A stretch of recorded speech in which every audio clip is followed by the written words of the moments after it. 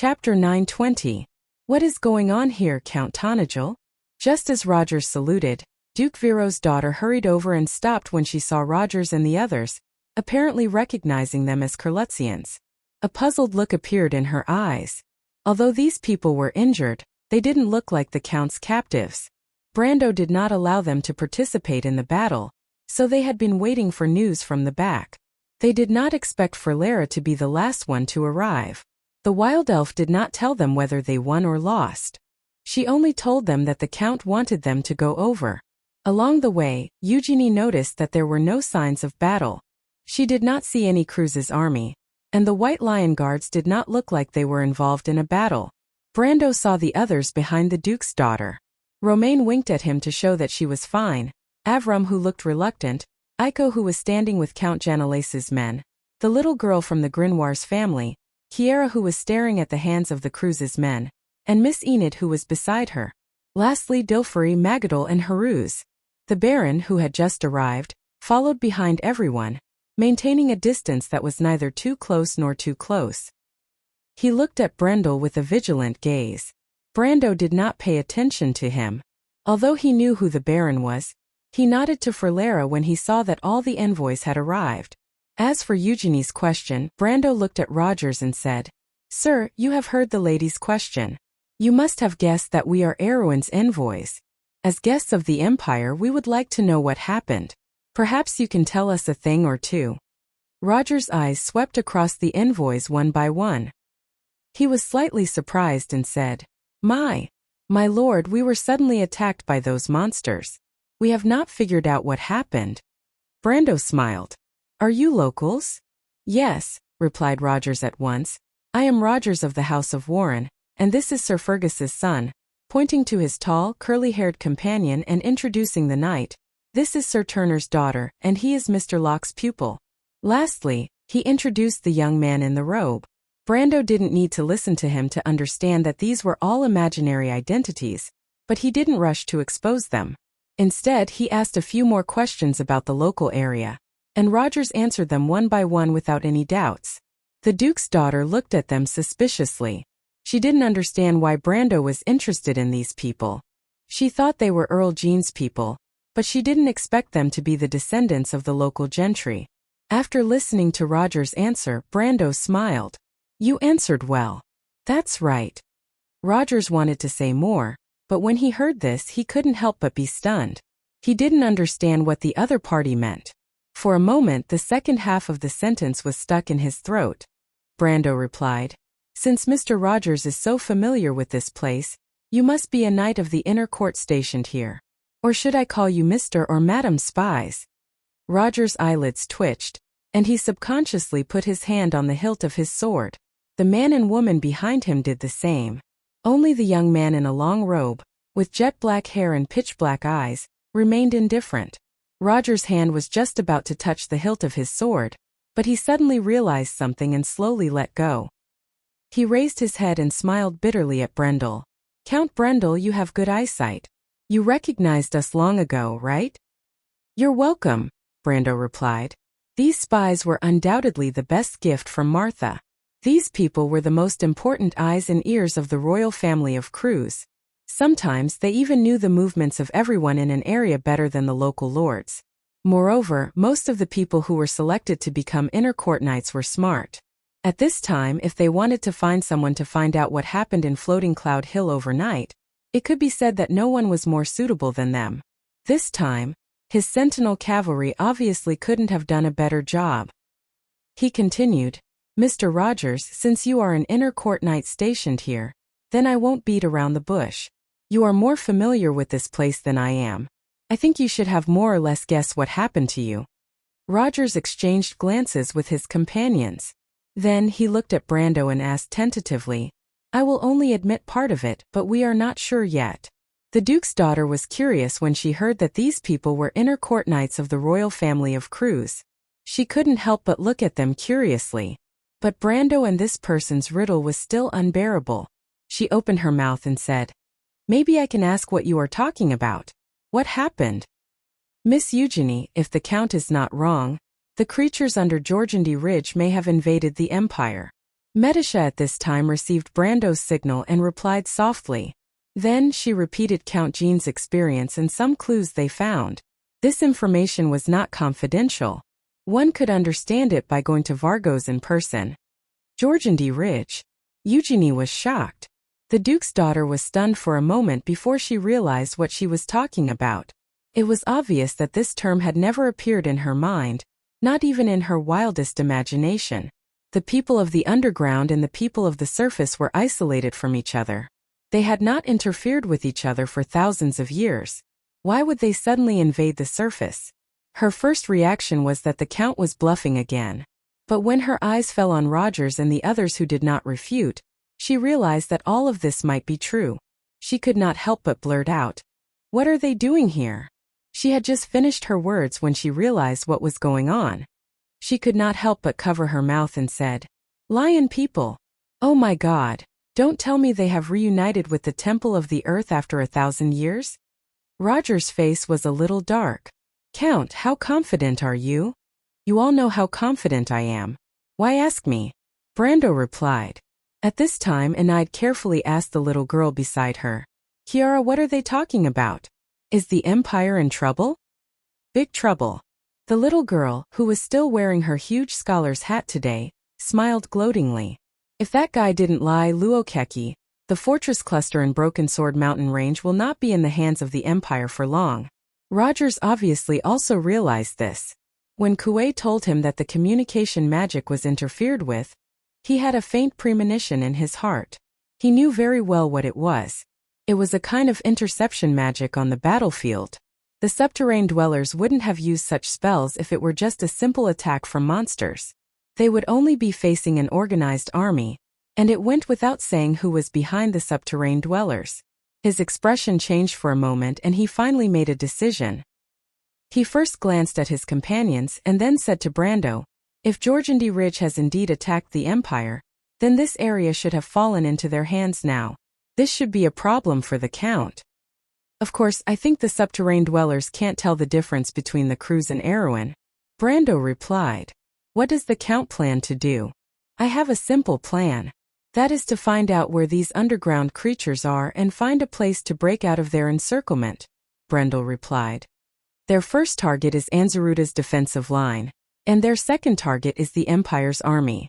It should be easy for my small group to break out of their encirclement. But I have a more perfect idea. If we can stop these uninvited guests, maybe the situation in the south of the Empire will not become as bad as imagined." Rogers and the three people behind him looked at Brando in surprise and said in a trembling voice, "What did you say, Count? Why, is it difficult to understand what I said?" "No, but..." Brendel looked at the flabbergasted internal court knights and could not help but feel a sense of satisfaction from his successful prank. Even the insufferably arrogant people of the Empire had moments when they were confused. This meant that they had all been fooled. On the other hand, the young lady beside Yenid was looking at this scene with a malicious smile. She snorted from time to time. It was unknown who she was mocking for being stupid and shallow. The Duke's daughter suddenly realized something after Kiara's words. She couldn't help but take a deep look at the head envoy. Brando then said, "I understand. You think that from my standpoint I should be on the opposing side of the Empire, or at least remain neutral." Rogers did not answer, but the expression on his face was undoubtedly so. The tall man behind him shrugged and looked helpless.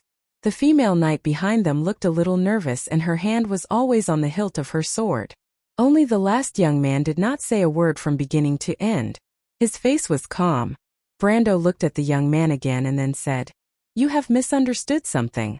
I am still on the opposite side of some of you, but in this holy war, Erewhon's people are still allies of Cruz's people. This will not change."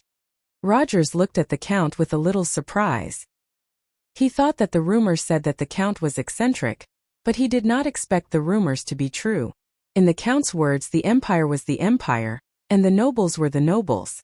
It was as if they were two separate concepts.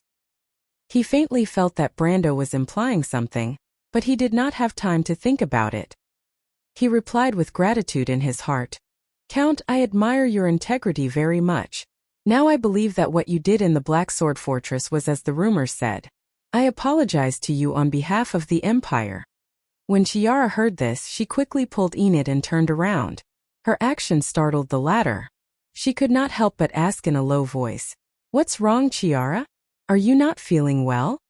The little girl from Cypher's family had a terrible stomachache. She held back her laughter and replied, "It's nothing. Enid, I'm afraid I'll laugh out loud.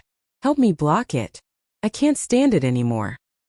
The daughter of the Count of Grey Mountain looked at her companion inexplicably, but Rogers was really grateful at the moment. There were very few people in the world who could separate their love and hate from their principles of conduct. The enmity between Brando and the nobles of the Empire was well known, not to mention that they were preparing for a war before today. But the other party was able to decisively put down his hatred and prejudice at the critical moment. This alone was enough to make him admire him, and this admiration came from the gratitude he had as a soldier of the Empire. He watched the Empire fall into danger and could not do anything. Of course, he was more skeptical about Brando's words, but he did not show it on his face. Brando took in everyone's expression, then shook his head and replied, "What I need now is not an apology. Even if there is an apology, it's not from you but from some arrogant guy. What we need now is to figure out what happened.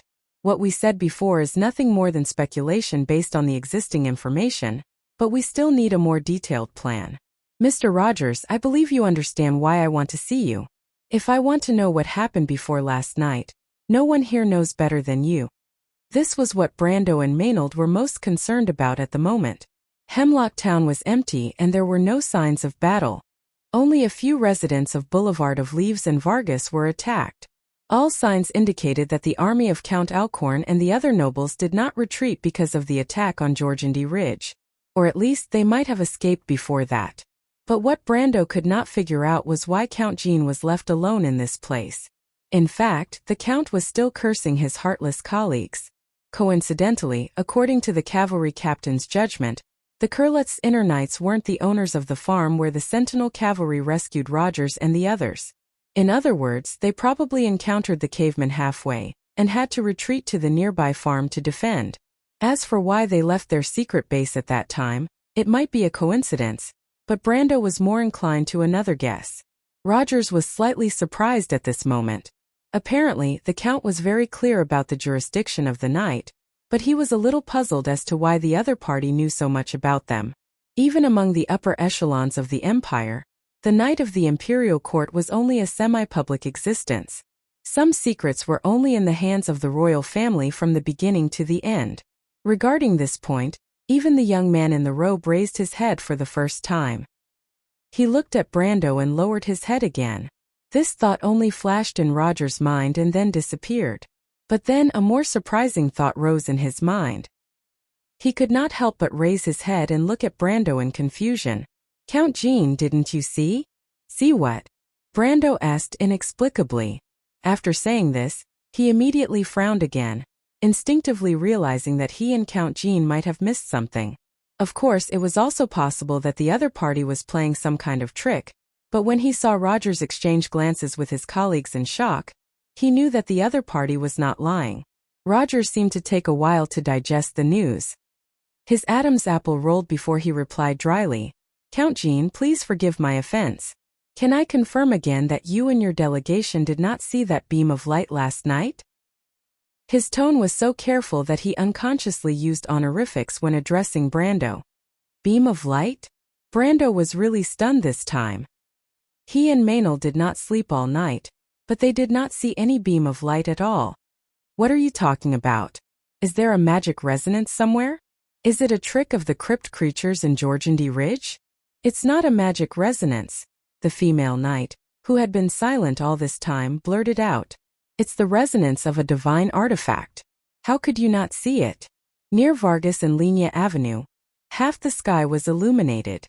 Almost everyone saw a meteor falling to the ground, and the northern sky seemed to be burning. The two finished speaking at the same time and then fell silent at the same time.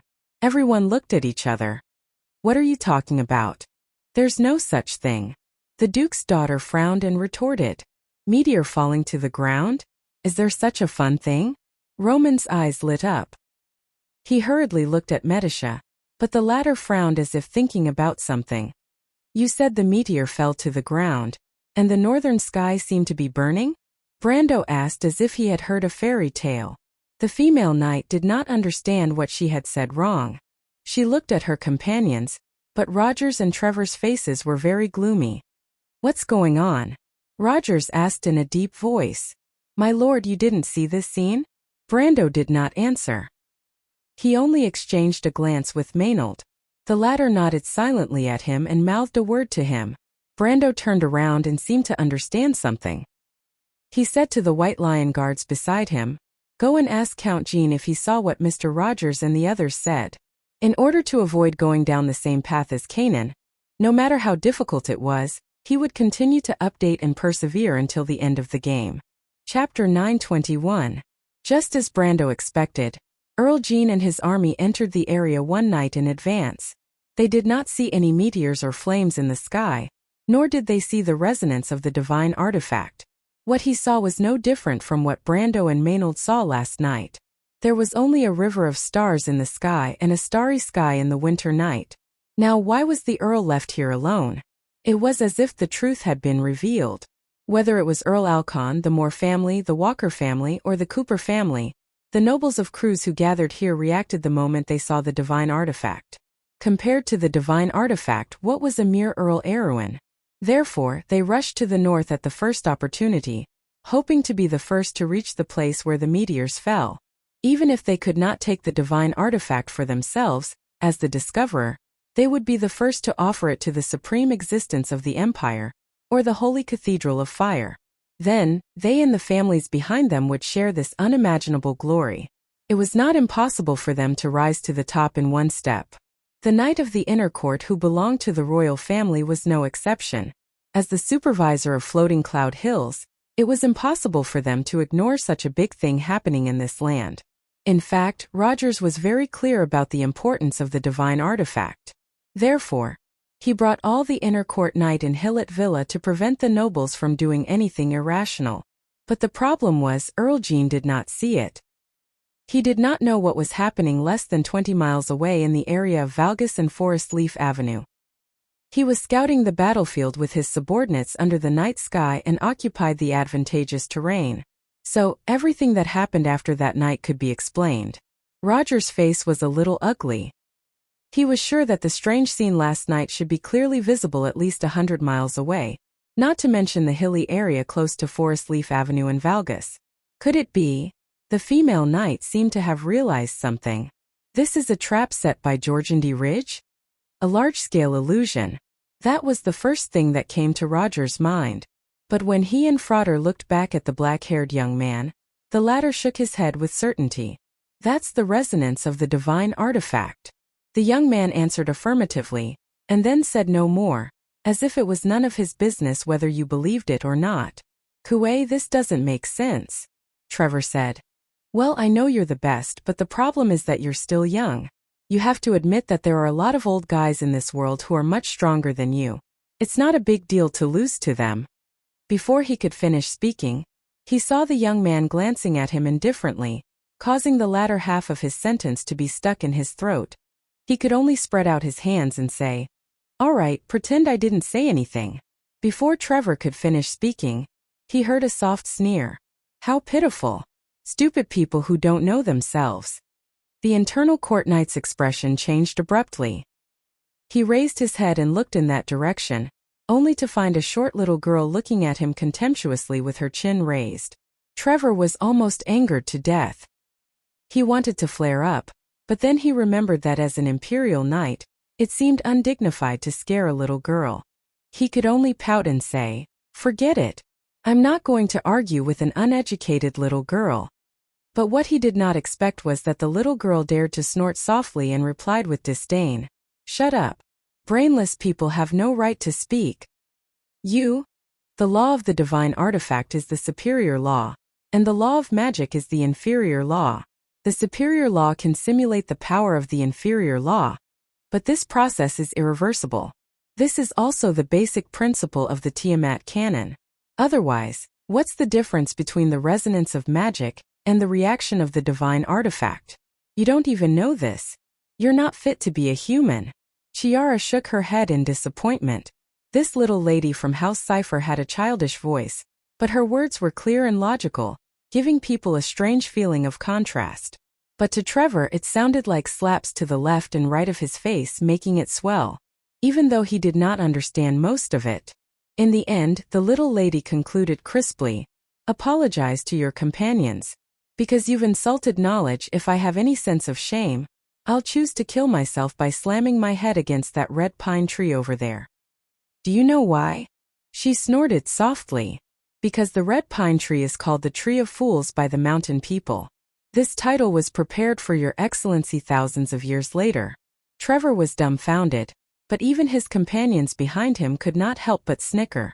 If Erwin's people were to provoke them verbally, they would naturally defend their companions. But the problem was that the one who spoke was just a child. Who would argue with a little girl? The black-haired young man could not help but look at Kiara a few more times. The female knight patted the tall companion's shoulder sympathetically. Trevor, back in Enor, who was the one who said that as long as one passed the swordsmanship class one could graduate? The internal court knight's face was bitter.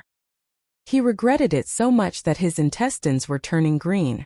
Of course, what he regretted was not what he said back then, but that he should not have provoked this sharp-tongued little lady.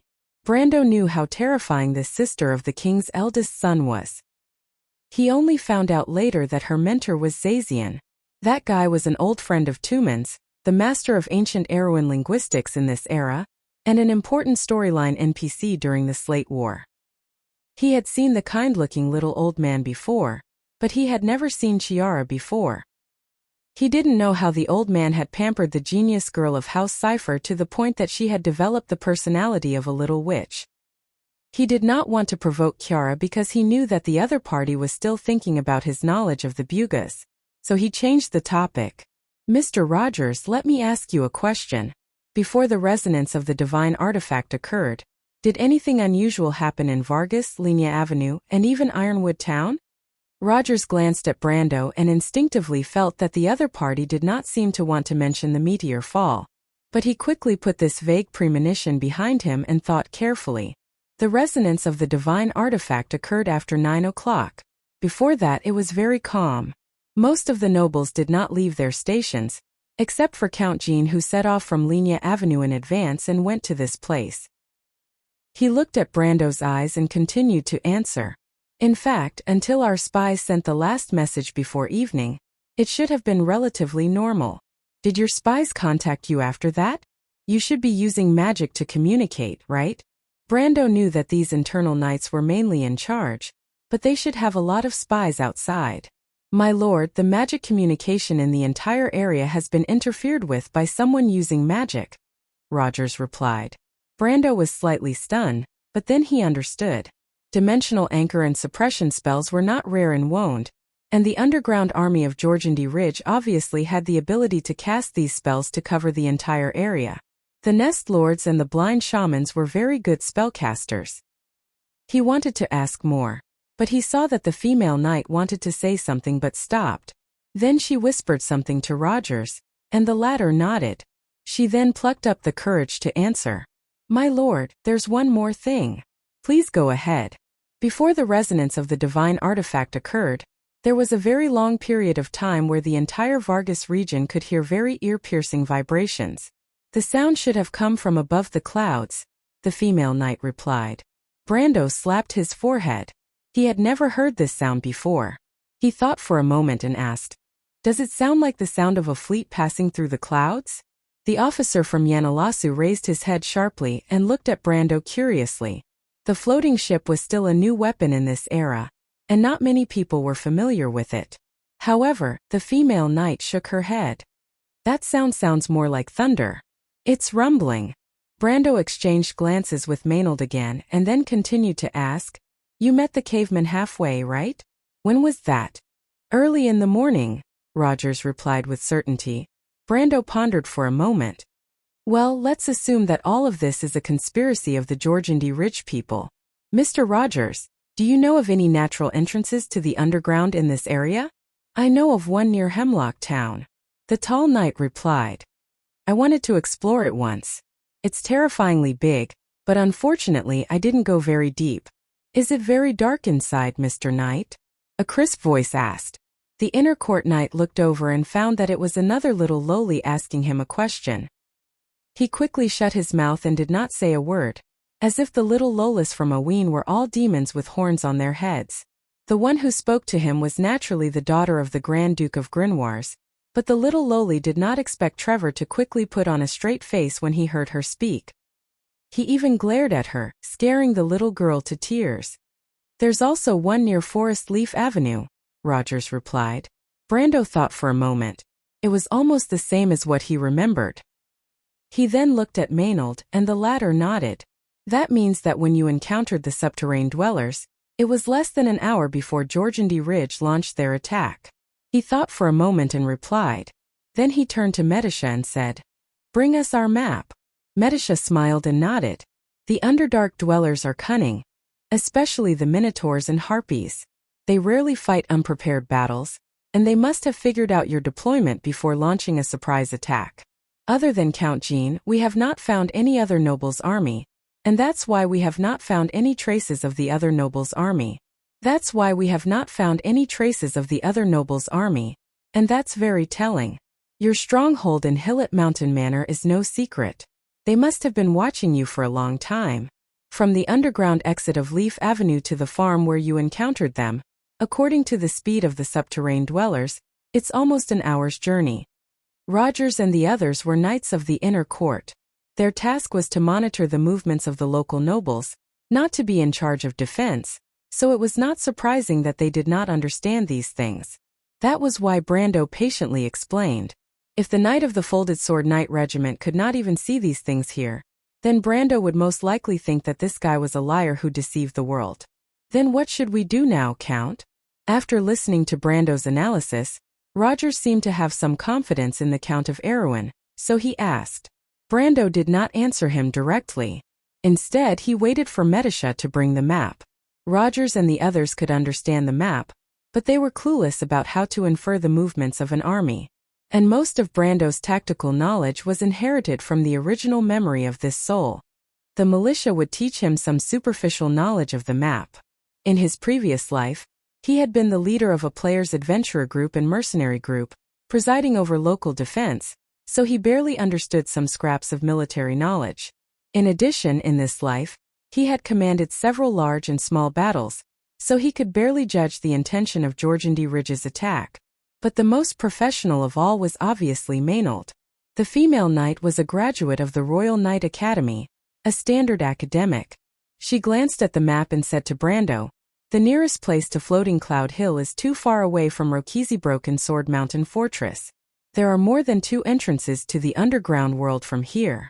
If they want to attack the fortress from behind, there is no need for them to enter the surface world from here. That is to say, if Jorgendy Ridge has indeed formed an alliance with Toquinen, then the army in front of us is probably not the main force." Chiara asked at this time.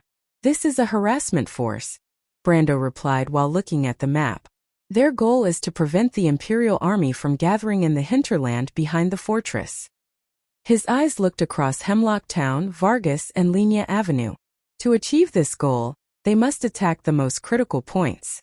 Both his and Maynard's eyes fell on a town at the same time. Azaf, north of Anzaruta, between the mountains and the dotted towns, it was undoubtedly the most dazzling star.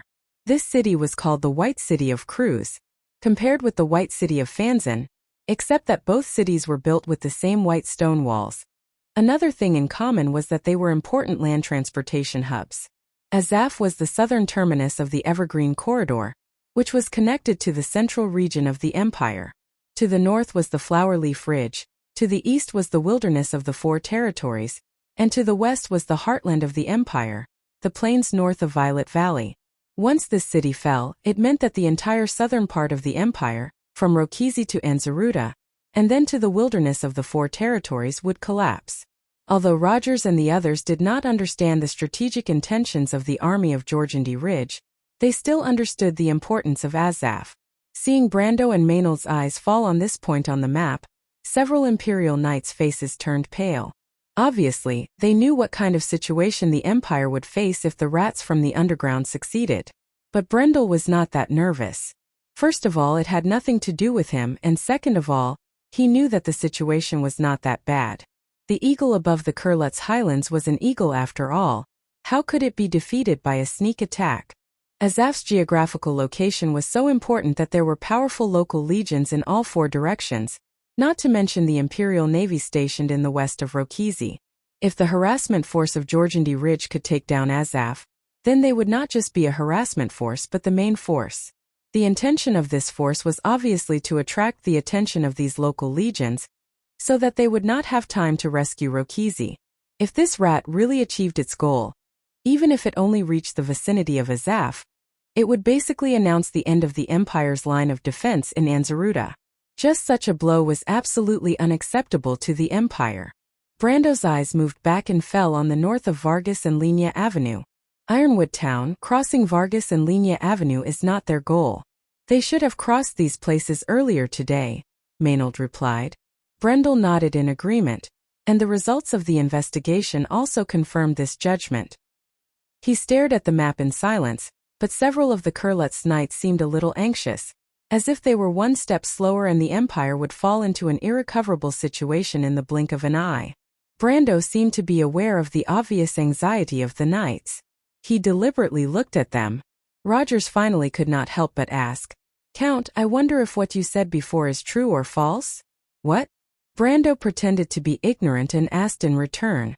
Chiara looked at the conversation between the two with interest. Rogers licked his lips and then replied, "My lord, you said that there is a more perfect idea. If we can stop these uninvited guests, maybe the situation in the south of the Empire will not become as bad as imagined." Brando seemed to remember this sentence. He nodded and said, "My army is here. If the Jorgandi Ridge's harassment force is a whole legion, then do you think we can defeat them?" Rogers thought for a moment and shook his head. "Then if all of us here fight to the death, at the cost of everyone's life, we can delay the Jorgandi Ridge's pace. Do you think we can do that?" Brando asked again. Rogers showed a hesitant look on his face, then shook his head a little heavily. "Count, although you are an ally of the Empire has no right to ask you to make such a sacrifice." Brando looked at this guy in surprise, thinking that this guy actually had some knight spirit, but he did not know if he was forced to say so. He shook his head and replied, "Then if I tell you that I may have a way to do what I said above, would you believe me?" Rogers had no hope at all. His only hope now was to break out with the Count and then send a message to His Majesty in the shortest time possible. But when he heard Brando's question, he could not help but be stunned for a moment. He looked up in disbelief and asked, "Count, what did you say? Why is it difficult to understand what I said?" Brando replied with the original sentence. "No, but..." Rogers still wanted to say something, but Brando interrupted him. "This is not a question of yes or no. I only have one request, and that is to follow my orders. You also know that it is impossible for us to shake the army of Jorgandi Ridge, so I must get your help. Of course, if you are unwilling to accept the command of an Erewhon, then we will choose the first option." Rogers and his companions looked at each other, and the internal knight immediately nodded. "I understand, Count. What do you want us to do?" Brando glanced at the red pine forest. "It's very simple. You first go and persuade Count Jean to join us. He has more than 1,000 men under him. We can't just let them disband on the spot, right?" Oh. Chapter 922. The news of Jorgandi Ridge's invasion of the Empire was a little too shocking, and everyone needed some time to digest it. After the 4 knights of the internal court left, the others also dispersed. Medisha, the Shire, and the others had to prepare for the battle that they might face next. The other members of the diplomatic group each had their own thoughts, and they were all persuaded by Brando to go back. In the end, only Yuta stayed by his side. The female mercenary captain was the nominal commander of the White Lion Guards that accompanied the diplomatic group, and she needed to stay and wait for Brando's orders. But other than that, there were also 2 uninvited guests. Chiara did not treat them as outsiders and still stayed by the side with interest. The Duke's daughter also did not seem to have any intention of leaving. After everyone left, Chiara asked, "Hey, what are you planning?" Brando glanced at the little girl. "What are you staying here for?" "Why can't I stay here?" Chiara said. You haven't answered my question yet. Of course it's to solve the problem. Didn't I say so earlier? Humph, I can guess even if you don't say it, the little girl replied proudly. But are you really going to stand on the side of the cruise people? She looked at Brando curiously. Because of her rare cruise blood, her eyes were a natural light blue and transparent like glass. Now that we have common interests, why can't I? Brando replied. That's true, but it's a little inconsistent with your style of doing things. Brando found it funny and could not help but deliberately tease her. Miss Chiara, I've only been with you for less than a month, and I spent most of my time hiding in the carriage. How do you know my style of doing things so well? Chiara glanced at the Duke's daughter. Arbitrary and self-opinionated. Stop! Brando saw the Duke's daughter's mouth moving as if she wanted to say something, so he quickly stopped her. He was already having a headache. Chiara giggled. What's wrong? Although I don't know why, I always feel that you hate the people of the Empire. At least you won't say those righteous words. Loyal allies of the Empire, this kind of thing is just talk among the other nobles. I don't believe your nonsense. Brendel looked at the little girl from House Cypher in surprise. She was not much older than Duke Grinoire's daughter, but one of them looked like an adult while the other looked like a real lowly. Of course, Chiara still had the childishness of a young girl, but compared to Cypher it was like the difference between heaven and earth. He did not expect that she had been observing him all this time, and even accurately described his state of mind. If the person who spoke was someone familiar with him, or someone with keen observation skills like his senior sister, he would not be surprised at all. But the person who spoke was a little girl. What's wrong? Scared? Chiara looked at him. Actually, it's not a big deal. Your shrewdness is written all over your face. It's not difficult at all. In fact, I know a lot of things. How about it, do you want to make a deal with me? She looked at Brando and replied confidently, You definitely didn't come to the Empire for the Holy War, at least not only that. You don't have to lie to me, I won't believe you. In short, what you're going to do is going to be very troublesome, and although you have a good judgment of the general trend, your brain is too slow. When playing chess, the layout and the ending are equally important, and the latter is often the deciding factor of success or failure. If you ask me, maybe I'll be kind enough to help you. Brando looked at the egomaniac. Then I really have to thank you. Actually, you don't have to. I can see that you're very stubborn. You definitely can't bring yourself to beg me, Chiara said again. But we can make a deal. Why don't you tell me the inheritance of the Buga's knowledge, and I'll help you come up with a plan. Brando looked at the little lowly revealing her foxtail, and could not help but shake his head. This was not the first time. It seemed that she was determined to get his illusory knowledge of the Bugas. But now he was not in the mood to tell this little girl bedtime stories, so he just replied casually, The knowledge of the Bugas can't be explained in a short time. Their knowledge is recorded in the scrolls and can fill the White Tower. I'm afraid that when we leave the Empire, I won't even finish telling you the beginning. A deal is about fairness, and I won't do an unfair deal. It doesn't matter. Chiara blurted out. Anyway, I'm going to stay at your place for a long time. Huh. Brando looked at the little girl inexplicably. The little lowly patted her cheek gently and quickly corrected herself. I mean, I can stay at your place for a while. Why don't you welcome a lady as a guest? Brando looked at the little girl from head to toe, but he could not see how this egomaniac was related to a lady. At this time, a real lady, the daughter of the Grand Duke Viro, finally got the chance to interrupt the meaningless conversation between the two and asked, Count, did you already know about Jorgendy Ridge? What is it? Brando noticed the suspicious look in the Duke's daughter's eyes and was slightly taken aback. Everything that's happening right now, did you already know about it? The Duke's daughter stared at Brando. She had been wanting to ask this question since the beginning. When Brando, Rogers, and the others said those words, she remembered Brando's promise.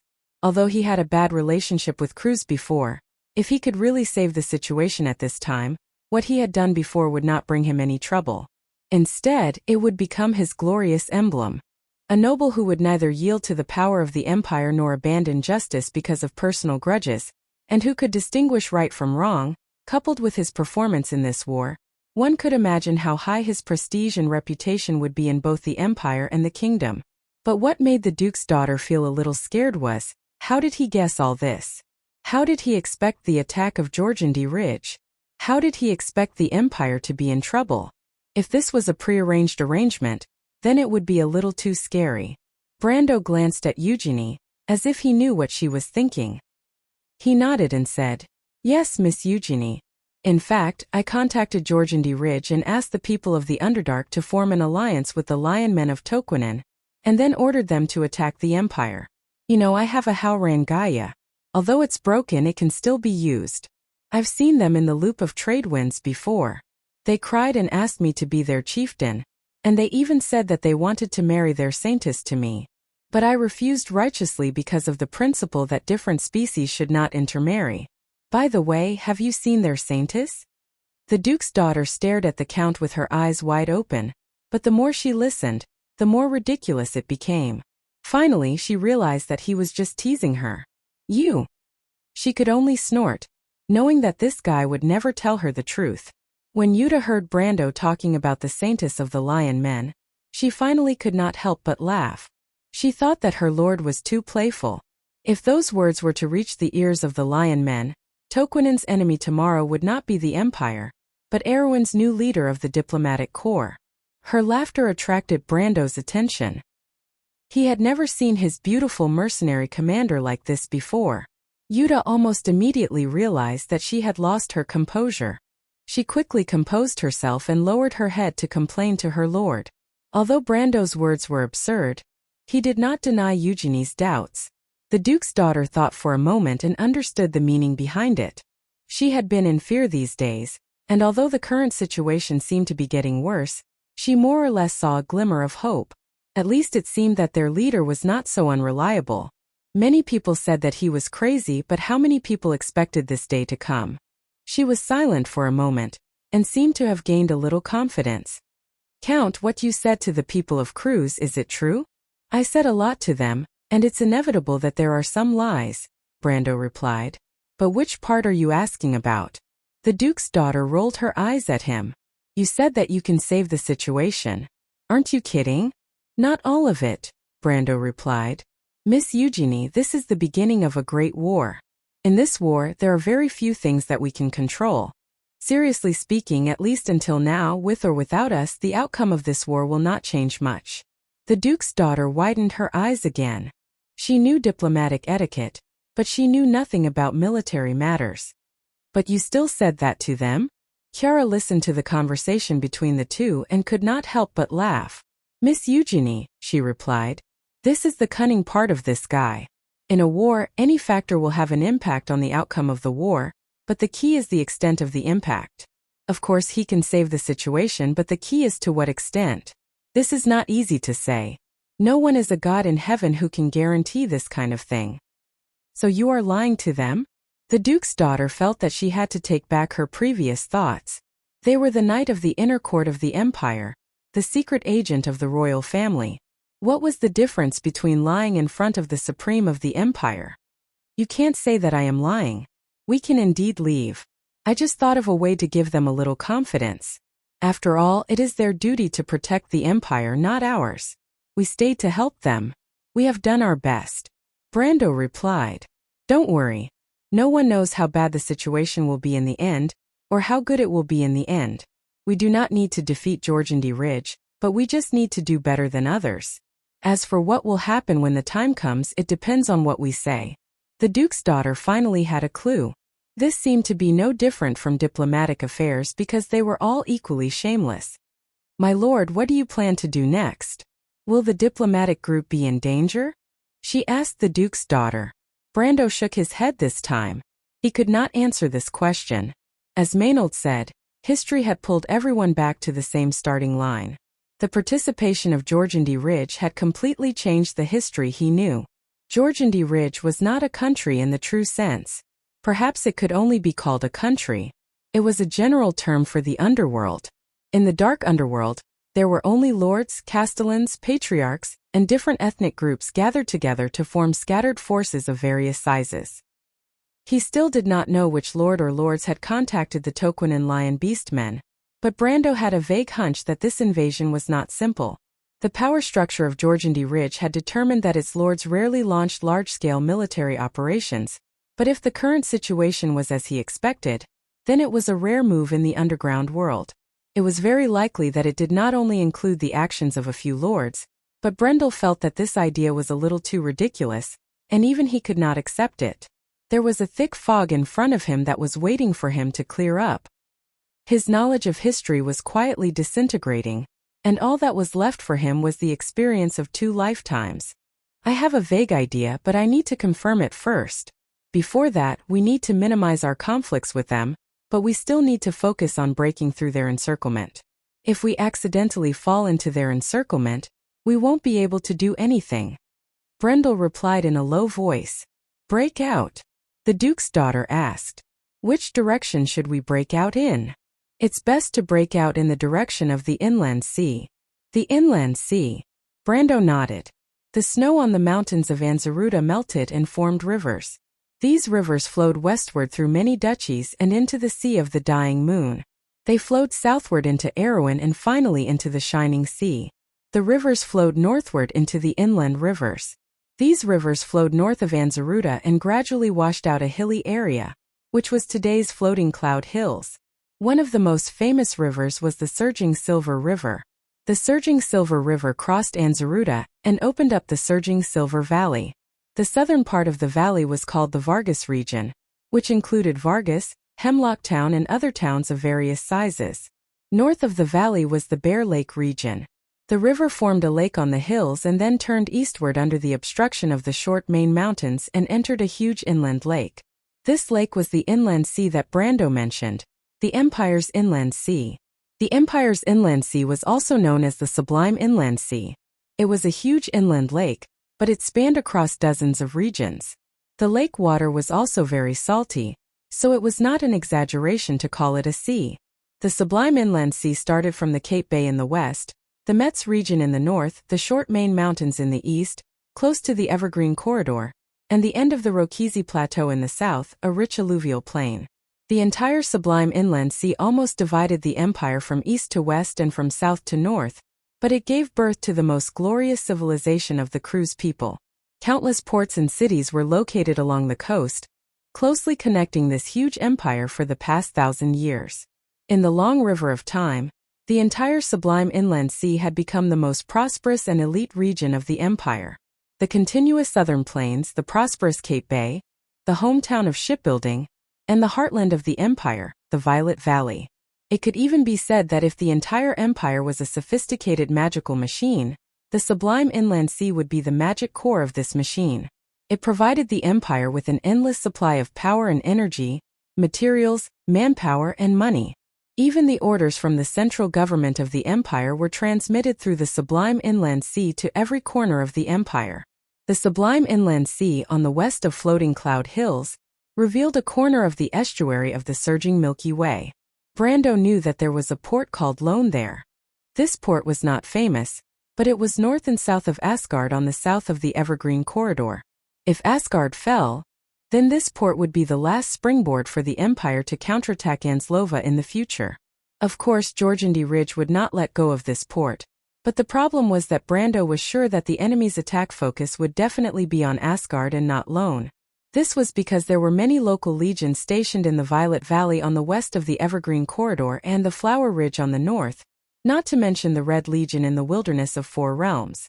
If they could not take down Asgard in the shortest time possible, then even if the Golden Mane Lion Mane Beastmen of Toquinen captured the Rokisi Broken Sword Mountain defense line, they would be blocked by the Empire's legions from all directions. By then, if they wanted to take down Asgard, they would have to pay a terrible price. On the other hand, after taking down Asgard, attacking the small port of Lone would be like catching a turtle in a jar. By then, even if crews reacted, it would be impossible for the Violet Valley's army to swim across the Sublime Inland Sea to support Lone. Right? When Lone fell, the Empire's navy would lose its landing point, and the center of the war could only return to Asgard. The Empire would have to break through by land, which was obviously what the people of Jorgendi Ridge wanted to see the most. The Duke's daughter seemed to understand Brando's thoughts, but her eyes fell on the map. From Vargos to Lone, there were at least 3 regions in between. This journey would obviously not be too smooth, and they did not have to go through any kind of breakout. This road is not easy to take. Unlike the Duke's daughter who was silent, Kiara asked directly, Jorgendi Ridge is already ahead of us. Are you confident that you can break through their blockade? Brando shook his head gently. Confidence was based on confirmed information, but at this moment all they could do was wait. He believed that soon the exact news would be sent back. From Vargos to the Bear Lake area, where the army of Jorgendi Ridge had advanced in a day, whether the imperial army stationed there, especially the private armies of the nobles, had resisted, or even if they had escaped, where had they escaped to? This was all the information he needed. Chapter 923. The four knights were still trying to persuade Count Jean. Count Jean obviously didn't believe in the invasion of Jorgendi Ridge, just like how Rogers and the others wouldn't believe that the underground army of Jorgendi Ridge would suddenly appear on the surface if they didn't see it with their own eyes. The world under the beehive was too far away for them after all. The cavemen and the minotaurs in the labyrinth were all terrifying creatures in bedtime stories. Although he couldn't explain the disappearance of his allies, he could only assume that it was Brando's private conspiracy, but he couldn't see through it. However, whether he was willing or not, Brando's so-called persuasion was more of a threat than a suggestion. In the end, he had no choice but to hand over the command unwillingly. The setting sun slowly sank into the mountains to the west. The entire hilly region seemed to have sunk into a strange silence. The lights of Valgus could no longer be seen in the silver gushing valley to the north. The horizon was pitch black. After the hilly region quieted down, the silence made one's hair stand on end. The four knights walked silently on the edge of the red pine forest. After walking for a while, the female knight Nasha finally couldn't help but say, maybe Count Jean is right. The situation isn't that bad. Maybe it's just a group of bandits from Jorgendi Ridge on the surface. Things like this happen often, don't they? Rogers frowned and didn't answer. Then how do you explain the strange light beams and meteors we saw last night? Also, 'cause communication magic was disrupted. This was a premeditated attack. Trevor shook his head. Count Jean is just unwilling to bow down to Erwin. You and I both know that the nobles in these places have always been stubborn and prideful. Nasha was silent for a moment as if she wanted to find a reason to refute but couldn't convince herself. In the end she asked worriedly, if Jorgendi Ridge really invades us, how bad will it be for the Empire? It depends on the scale of Jorgendi Ridge's invasion, Rogers answered in a deep voice. How big do you think this invasion will be? Can they really threaten the southern defense line of the Empire? Nasha asked in disbelief. No one seemed to be able to answer this question. They more or less felt that Brando was being an alarmist, but Rogers and Trevor were not familiar with the Forgotten Kingdom underground. In fact, it was rare for the average person to even recognize the entire subterranean ethnic group. Rogers and Trevor suddenly thought of something and turned their eyes to the black-haired youth in a robe. Kue replied calmly, Jorgendi Ridge is slightly different from us.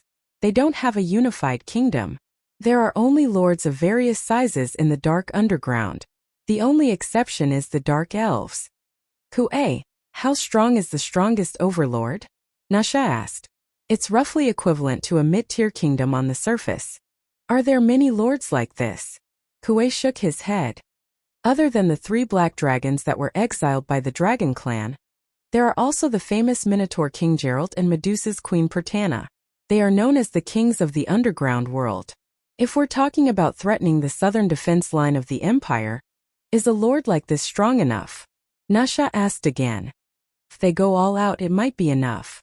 However, the war in the underground world rarely goes all out because they have to guard against enemies in the dark.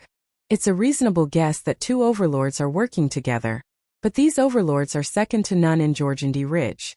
They rarely come to the surface, which is also unknown to them. If it's not for these kings of the underground, it would take 10 or even 20 overlords to launch a war of this scale. Kue, how likely do you think it is? Trevor turned back and asked. It's hard to say. The underground world is a world that believes in the laws of darkness. Deception is the norm in the dark. They rarely trust each other, let alone form an alliance. Kue replied. Nasha looked at her companion with some admiration.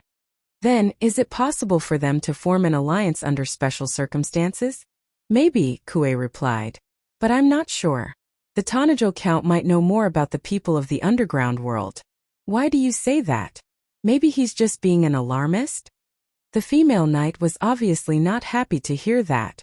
The black-haired youth replied. He and the female knight beside him are fast and confident in their judgment of the movements of Jorgendi Ridge's army. I can't do that. Trevor felt that his companion's words were a little exaggerated. He shook his head. Although Kuei had a genius mind, he was slightly worse when it came to dealing with people. He knew very well that the Erewhon people could be faking it. When he heard Nasha's question, his heart was a little shaken. Could Jorgendi Ridge really pull out an army of a dozen overlords to cause trouble for the Empire? The Empire was indestructible in the hearts of its people. It might be unlucky for a while, but it was impossible for it to coincidentally encounter the worst situation. Trevor couldn't even imagine that Rokizi, the Broken Sword Mountain range, would be threatened. It wasn't just one or two fortresses, but a well-equipped defense line that was nearly 100 miles deep. He vaguely agreed with the female knight's statement. Perhaps the enemy in front of them was just an army of bandits that came from the underground world to the surface world. They might be formed by the army of one or two overlords who were bribed by the Lion Beast men. They came to the Empire to cause trouble, distract the attention of the Empire's army, and take the opportunity to plunder. Just as he was thinking about this, Rogers suddenly asked, Kuei, how strong would the power of the entire Jorgendi Ridge be if they were to join forces? The black-haired youth suddenly raised his head and looked at his companion who had been frowning. For the first time there was an inexplicable expression on his face. That's impossible, he replied. Although Trevor and Nasha both hoped that Jorgendi Ridge's invasion of the Empire was just a private action of one or two overlords, what was happening in the south of Ruzef, at the end of the Rokizi Highland, was obviously going against their wishes. There was once a majestic fortress at the mountain pass, but now only rubble and debris were left. The whole fortress seemed to have been hit by a terrible force from the front. The originally intact wall had a huge gap in it. The gap was bathed in the moonlight, and the whole section looked like it had been burned by fire. Even the bricks were carbonized black, and the gravel was sparkling. It was the crystallized gravel. Such scenes were scattered all over the fortress. In addition to the lifeless dead objects, there were also charred and twisted corpses of animals. Cows, horses, donkeys, and even a huge drake that was almost burned into a skeleton. It leaned empty against the side of a house on the street that was also burned into a frame structure. There was no sign of it struggling. It reminded people of the moment when death came, when the extremely high temperature instantly turned this behemoth into ashes from its body to its soul. But it was not just animals. Human corpses were also everywhere. Some of them were wearing armor, but now they had melted and solidified into a metal solution. Some of them were just civilians, but whether it was the elderly or children, men or women, they were all turned into unrecognizable charcoal. Such corpses were scattered all over the street. Their positions indicated that they were hiding from something when they were alive. But time stopped at the last moment. The entire fortress seemed to have been plowed through from the middle. The streets and buildings in these areas were in shambles, but the other districts were still intact. However, the streets and the hillsides on both sides were filled with sharp wooden stakes. Countless human corpses were impaled on these stakes. The corpses stared blankly at the dark sky. The sky was covered with dark clouds, and their eyes had long lost their vitality. The broken fortress became a dead city. There were no cruise people and there were no enemies. It was as if the Grim Reaper had passed by and quietly took away all the lives. This scene was not the only one in the entire Rokizi Highland, east of Broken Sword Mountains. It was happening in many places at the same time. This was Fort Persilion, the Empire's Rokizi. Although the Broken Sword Mountains consisted of thousands of forts, checkpoints and fortresses, only Emerald Claw Fort, Fort Elno and Fort Persilion were the real core of the defensive line. The other fortresses were built around them to protect them. Fort Persilion was the last checkpoint of the defensive line in the direction of the Empire. In thousands of years of history it had never been breached or even attacked. But today, an army that the Cruise people had never encountered before had changed the course of history. When Ferris woke up from the ruins, he still could not forget the most unforgettable scene of his life. He remembered that the fortress was attacked by a group of harpies. The highest commander of the fortress believed that it was a monster attack. Perhaps there was a new nest somewhere near the fortress. Such things often happened in the border areas. The desolate Rokisi Highland was originally a place where monsters roamed. The Imperial soldiers were not surprised to join the battle. As an Imperial crossbowman, Ferris naturally had to participate in the battle, but he was relatively safe in the shooting room with the others. Although the noise on the city wall was somewhat unbearable, and the creaking sound of the heavy weapons being pushed to the back of the battlements by the militiamen was also unbearable at that time, he used the winch of the heavy crossbow to draw the string, put the bolt in, and then walked to the shooting hole to observe the situation outside. Then at that moment he seemed to hear a shrill scream coming from the wall. The sound seemed to fall from the sky, but it also sounded like the cry of a ghost in the middle of the night. The shrill scream made his hair stand on end. Then he saw a huge, cold, emotionless eye through the shooting room. That eye, with just one look, made him feel as if he had fallen into the abyss. A bone-chilling chill seemed to rise from the bottom of his feet, freezing him there. Although he opened his mouth to scream, no sound came out. He vaguely heard the terrified screams of his colleagues on the wall. The screams merged into a buzzing sound as if they were describing a monster that terrified them. But before Ferris could hear what it was, the ground shook. He saw the walls of the shooting room collapse toward him. After the ground beneath his feet disappeared, the world fell into darkness. When Ferris woke up again, he realized that it was the collapsed bricks that saved his life. He lay in the darkness for an unknown amount of time before he regained a little strength. Then, ignoring the soreness all over his body, he gritted his teeth and opened a path through the rubble. As if miraculously, he found that he was not seriously injured, other than the dull pain when he breathed, which made him suspect that he had broken one or two ribs. His hands and feet were very nimble. There were only abrasions. He used his hands and feet to climb out of the rubble. The next moment, the miserable scene in the fortress reflected in his eyes. Ferris instantly clenched his teeth. Everything in front of him seemed to have appeared in his dreams. Although he had expected it, he still could not help but tremble. He raised his head and looked in the direction of the mountain pass. That was the direction where the monster army had disappeared. From there was the mountain path leading to Emerald Claw Fortress. Behind it was Luokeki, the heart of the Broken Sword Mountain Range's fortress group. His heart was cold. He had realized that this was not a monster attack at all, but a premeditated surprise attack. That eye Ferris trembled as he recalled the scene he had seen. He seemed to want to convince himself that it was just an illusion, but the real fear lurking in his heart reminded him what it was. That was a dragon, a black dragon. There was a saying in the Cruz Empire, "Every day in the Empire is calm, but every day in the Empire is treacherous." This sentence may not be appropriate to describe the entire Cruz Empire, but it was most appropriate to describe the imperial city of Rushta. Since 3 days ago, the White Rose Garden was shrouded in an oppressive atmosphere. The sacred Cantilever Palace was lifeless, as if everyone who walked in would be tainted with bad luck. In the past, this usually meant that Her Majesty's mood had changed again. Generally speaking, there were many factors that caused Her Majesty to be angry. For example, a certain noble caused her displeasure, or disappointed her. For example, the Holy Cathedral of Fire and Her Majesty often offended each other. This was a fact that everyone knew. But in addition to the above two main reasons, there were also some minor side events. For example, the mountain people and Zeruda, or other barbarians killed the tax collector of the empire. Or several Grand Dukes who were married to the royal family sent people to one of Her Majesty's banquets. The relationship between the Silver Queen and these relatives of the empire was extremely bad. This was recognized by the whole empire. In fact, there were some new names recently. For example, a certain count from Erewhon was said to have become a thorn in Her Majesty's side. There were also rumors about the female mountain people countess. It was said that every time Her Majesty summoned her, Her Majesty's mood would become very bad.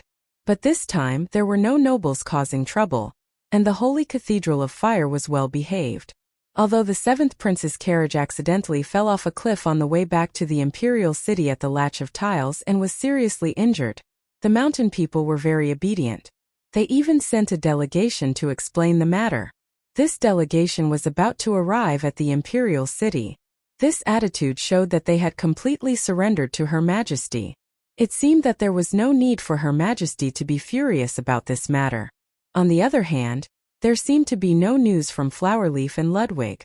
The rumors about the Tanajil Countess also seemed to have disappeared in the past few days. According to Her Majesty's maidservants, Her Majesty also did not summon a female countess recently. The only news that could be considered as news was that a few days ago, Bankel, Violet Valley and other regions reported a rare divine artifact reaction. However, these divine artifact resonances only occurred independently in a very small number of regions, and no one in the wider region observed it. The warlocks of the Tower of Stars and Moon had yet to conclude whether this was an illusion or reality. But in fact, in the entire circle of high-ranking nobles of the Empire, only a few well-informed people knew that since that day, the Empire had lost all news of the regions south of Anklova. The news here referred to the secret report of the Knight of the Imperial Court belonging to the royal family. Originally, there was a report every day, but since 3 days ago, from Vargos to the Bear Lake region to Ruzef, and even the entire region south of the Rakoki stronghold complex, it was as if they had disappeared from the map. If it was a normal day, a delay of 1 or 2 days would not be a big deal. But before this, almost the entire Empire's attention was focused on this region. The nobles of the Empire were still waiting for the results of the final battle between Brando and the nobles of Anzaruta, but suddenly, there was no news of this region. Whether it was private or secret agents sent by the royal family, it was as if they had disappeared from the face of the earth.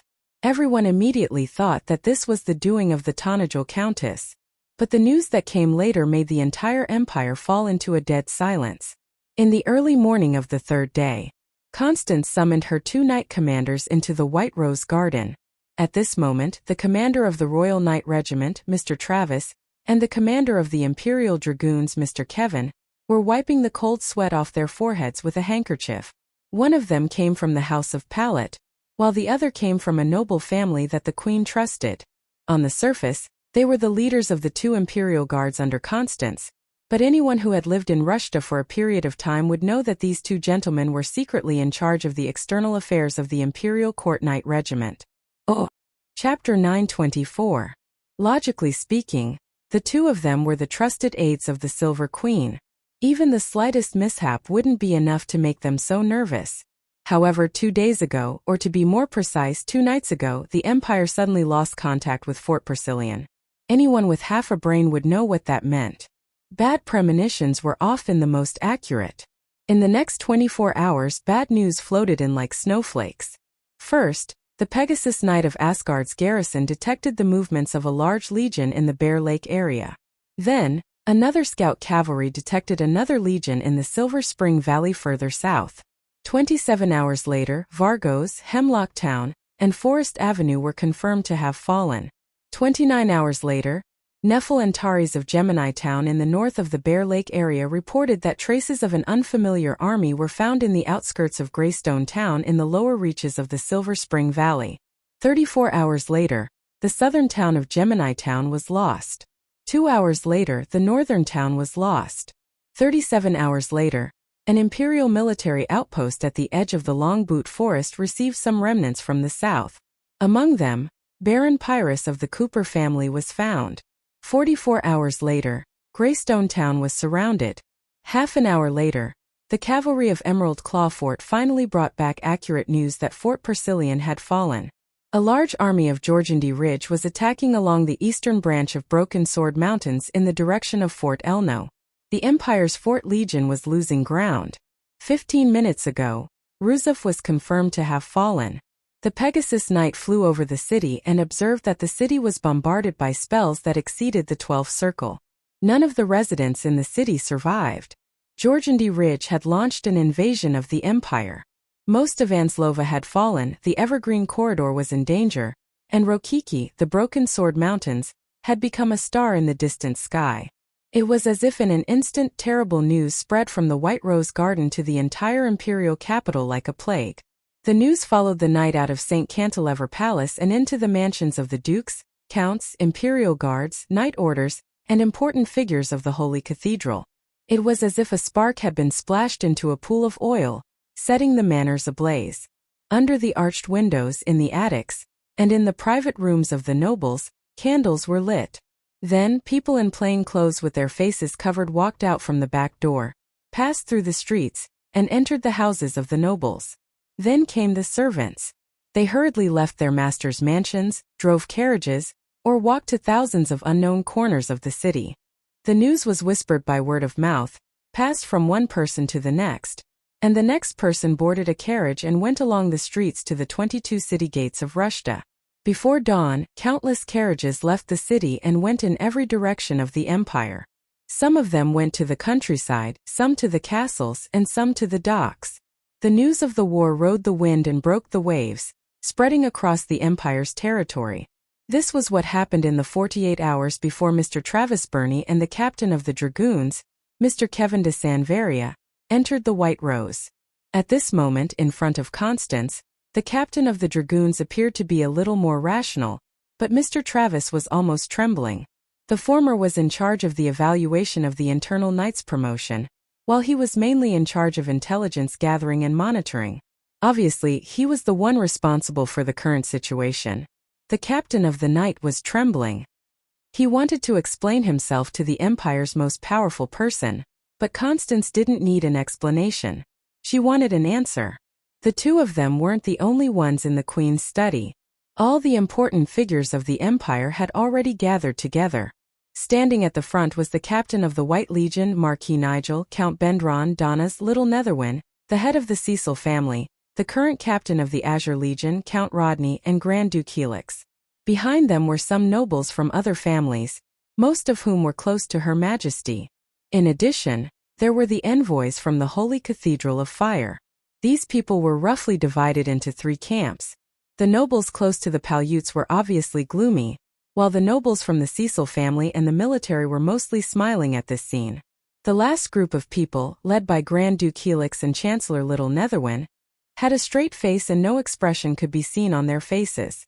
As for Her Majesty herself, her expression was normal. There wasn't a trace of anger in her eyes, and of course there wasn't a trace of leniency. But anyone who knew the Empire's most powerful person would understand that she was often the most terrifying when she was in this state. After a while, Constance finally spoke. She glanced at the two of them. Although Her Majesty still had the appearance of a young girl, her calm eyes showed that she was a shrewd woman. She spoke coldly. "This is the second time.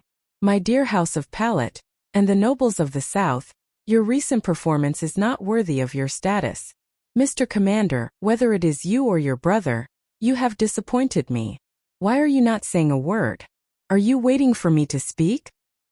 Hearing this, the nobles of the Cecil family rejoiced in the misfortune of the Cecil family, while the soldiers looked as if they were waiting for a good show. Only Nidwin frowned. In his memory, the Queen rarely expressed her attitude so clearly, but this was already the 3rd time in recent times. Whether it was the reprimand of the Cecil family in St. Cantifer Palace, the reprimand of Duke Pallet in the White Rose Garden, or her current attitude, it all made him feel strange. However, to Nidwin this was merely an oddity. On the other hand, Donna's expression had long changed. How terrifying was the thunderous fury from the throne! He could not help but tremble in fear. He clenched his teeth, not daring to speak at all. On the other hand, Travis nearly swayed. Although His Majesty had said the word dear, Travis' face nearly turned green. After hesitating for a while, he could only reply respectfully, "I dare not, Your Majesty."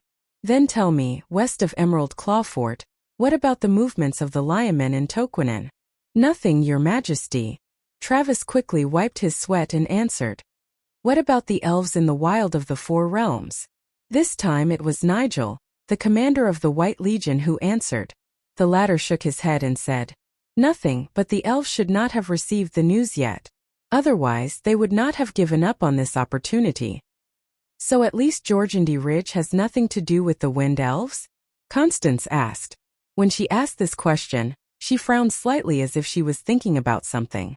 But there was a faint feeling that the Queen's mind was not on everything that was happening at the moment. Like Prime Minister Nidwin, Nigel seemed to have noticed this as well. But this doubt only flashed in his mind for a moment before he shook his head and said, "Probably not. What about the Lionmen in Toquinen?" "The Lionmen should be waiting for news. As soon as the army of Georgandy Ridge arrives at Elnor Castle, they will make their move." Little Nidwin looked at the Queen and finally spoke. How big is the army of Georgiandy Ridge? Constance and the young Prime Minister looked at each other, then looked away and put pressure on Travis. The latter was sweating profusely and said, Your Majesty, this is not clear, but they should have at least 2 legions in Anslova. The Silver Queen was silent, as if she was calculating something. Little Nidwin pondered for a moment and said, It is very likely that the underground kings have already made their move. Otherwise, at least half of the lords of Georgiandy Ridge would have to be mobilized to achieve this scale. Their target is Asgard. Constance snapped out of her daze and said, Then do we have any countermeasures now? Are there still troops in Anslova? We could have mobilized Anzaruta's army, but now. Little Nidwin stopped mid-sentence and looked at Donas in the crowd. The latter's face darkened and he cursed the Prime Minister in his heart. He understood what the Prime Minister meant. Apart from the natives of Anzaruta, the local legions stationed there were mainly in the hands of Count Jean and Count Alcons. However, this part of the army had already been mobilized to replenish Fort Persilian. As for the rest of the noble army, everyone knew where it was. He quickly stepped forward and said, Your Majesty, Anzaruta's army has already been replenished to Rokizi, the Broken Sword Mountain Range. The remaining militia and local defense forces are useless. Even if there were any, they would have been defeated by the unruly Count Tonagel. Being fooled by an heroine is a glorious thing in Mr. Donna's eyes, Duke Cecil said sarcastically. The latter's face turned pale and red, but he did not dare to retort. The Prime Minister of the Empire was clearly unhappy with him. Constance's face returned to its cold expression. Where is the nearest army? 2 divisions of the White Legion's Pegasus Cavalry are stationed in Violet Valley, Your Majesty, Marquis Nigel replied immediately. Can we make it in time? Donna shook his head. If we want to reinforce Azaf, we have to go through the Evergreen Corridor. Unless Greystone Town can hold on for at least 48 hours, we won't be able to make it in time. Constance looked at her courtiers with a mocking gaze. In other words, we have to give up Anzaruta? Or if Rokizi, the Broken Sword Mountain Range, is lost, this is the greatest humiliation in the history of the Empire. You want me to bear it? There was silence in the room. The Silver Queen looked at her courtiers and laughed coldly. Donas, go inform Duke Paluda that my bottom line is to protect Rokiki and the Broken Sword Mountain Range strongholds from being lost. If you can't even do that, it means that you don't have the right to manage this land. When that happens, let the White Legion take over the defense from Anzaruta to the Evergreen Corridor. Constance's voice was not loud, but it was like a thunderclap in the crowd. Everyone's eyes fell on the Queen's favorite courtier in an instant. Their gazes were filled with surprise, doubt, curiosity, sympathy, fear, and schadenfreude. Almost everyone present was an old fox who had been in the center of the Empire's power for a long time. They naturally understood the weight of this sentence. Her Majesty was really angry this time. Donna's body swayed and he almost fainted. He looked at the Prime Minister of the Empire with a pale face, but he did not dare to complain. He quickly bowed and said, I understand. Only then did he dejectedly part the crowd and walk out of the study. Only the trembling Travis was left in the study, but Constance did not even bother to look at him. With a flick of her sleeve, she left the room with her maid. When Lodney and the other nobles left the White Rose Garden, he purposely stayed a step behind to catch up with Duke Helix. The latter was about to board his carriage when he noticed the actions of the new head of House Ashrick. He turned around and asked, Count, is there anything I can help you with? Lodney smiled bitterly. My apologies, Duke Helix. I'm here to ask what you think of Her Majesty's words. Hearing this, the Duke stopped in his tracks and retracted his foot. He looked at Lodney with a serious expression. What do you think, Count Helix? Her Majesty seems to have relaxed her surveillance on the military recently, but she's been suppressing us more and more in secret. I thought she would take the opportunity to support House Parrot, but I didn't expect. Duke Helix shook his head. Her Majesty's personality has become more and more withdrawn. House Parrot has been out of her favor for some time now. Lodney seemed to have thought of something. Ever since that incident, Duke Helix shot him a wary glance. Shut up. This isn't something we should be discussing. Little Rodney, since your father and I are old friends, I'll give you a word of advice. While there's still a chance, go back to your dominion. Lodney was stunned. Duke Helix, you? The Duke nodded. In less than a week, I will leave the royal capital and return to Flowerleaf Domain. Lodney looked at him in shock. Leaving the royal capital at this time was the same as leaving the center of the empire's power. It was something unimaginable for nobles of their level. Duke Helix shook his head. Little Lodney, you were still young back then, but I saw it with my own eyes. I don't want to experience it again. Alright, that's all I have to say. I'm only telling you this because of the relationship between our families. If you believe me, then believe me.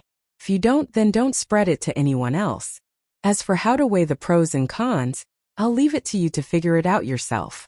After saying that, he waved at the ladder and boarded the carriage, leaving Rodney standing in the same place as he thoughtfully watched the carriage slide into the darkness. But in the end, Duke Helix smiled and shook his head. Bettina quietly slipped into the room and closed the door behind her. She then turned around and looked left and right in the dark room as if she was looking for something. At that moment, a voice called out, "Bettina, you're back?" The round-faced maid was startled. She then recognized the voice as the Count's and sighed in relief. Although she couldn't find where Scarlet was in the room, she quickly nodded. After a while, there seemed to be a moment of silence before the voice asked again, "How is it? Are the rumors outside true?" "It's all true, Count Helix. It's said that the Empire lost the war in the south. Now Ansloy and Rokovich are in danger." She pondered for a moment as if she was trying to recall something. "But it's strange. This time, it's not the Lionmen or the Wind Elves of St. Tossel. It's the army of Jorgendy Ridge. I've never even heard of that place." Jorgendy Ridge. Scarlet was slightly startled. She suddenly remembered the cave dwellers led by Abes. She was in a daze for a moment. Her longing for Erwin grew stronger. With a creak, she opened the window. Only then did Betisha discover that her lord was actually standing by the window. The other party was hugging the emerald spear and staring out of the window in a daze. His eyes reflected the starlight under the distant night sky. She could not help but frown. Not good, the Count's illness is acting up again. After a while, Scarlet turned around. She seemed to have remembered something and called out, "Bettina, Bettina." "I'm here, Count Helix." Bettina hurriedly replied. "How far is Ansloy from the Rusif you mentioned last time?" she asked softly. Bettina opened her mouth, but her heart skipped a beat. She couldn't say anything else. Scarlet's bright eyes stared at him. "Is Count Helix there?" Of course, Bettina knew who this his lordship was, but she couldn't help but grumble inwardly. She thought to herself, why did I help this Count to gather information? So this is his true purpose. But as a maid, she didn't dare to lie, so she could only nod her head honestly. Before she could nod her head a second time, she felt her Count rush to her and grab her shoulder. He asked hurriedly, "Where is he? Where is the army of Jorgendy Ridge now? Is he in danger?" Bettina was so scared that she almost screamed.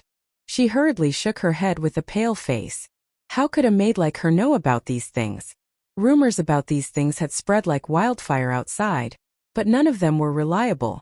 At most, she could only get a rough understanding of it. However, she knew that if she said that, Count Helix would probably not be able to sleep well for the next few days. She could only comfort him. "Count Helix, that Tanajul lord might have left Ansloy long ago. If he takes a ship from Lone, it won't take long for him to reach Bankel. He might already be on the Sublime Sea by now." Scarlet seemed to have heard her words. She relaxed and looked at her maid. She nodded and said, "Thank you, Betisha. Count Helix, this is what I should do." As Bettina spoke, she prayed in her heart. She hoped that Martha would bless Count Helix so that he could recover quickly and stop being so mysterious. P.S. Thank you to a certain PPT netizen for creating a relationship chart for Amber. I've received it, and it's been of great help to me.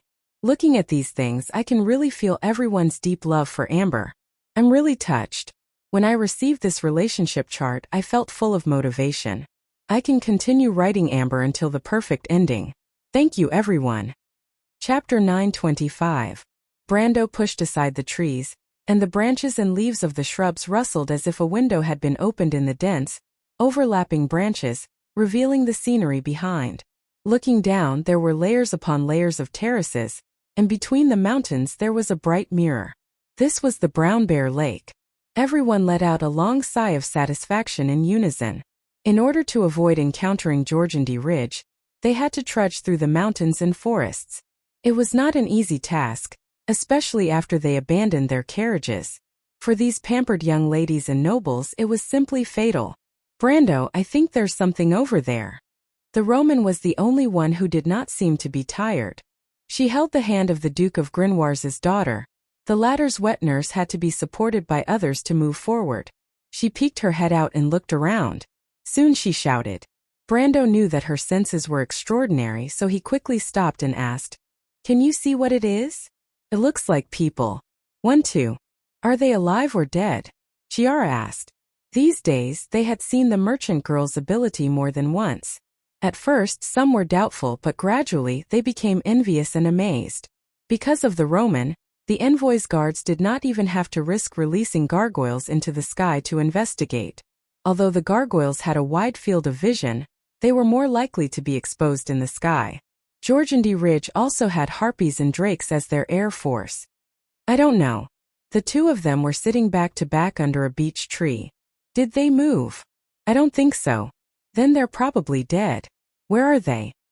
"By the lake. There's a white rock over there, right under the third tree," the Roman replied. Everyone gasped. It was at least 10 miles from here to the Brown Bear Lake, and they could only see layers upon layers of tree canopies as far as the eye could see. However, the merchant girl could see the two people under the tree by the lake. What kind of eyesight was that?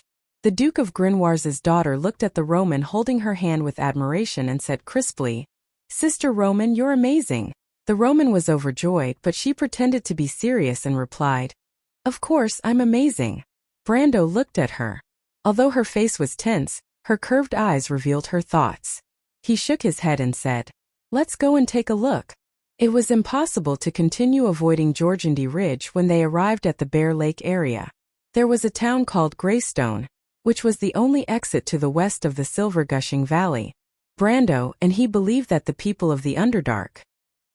So instead of passively fighting, it was better to prepare first.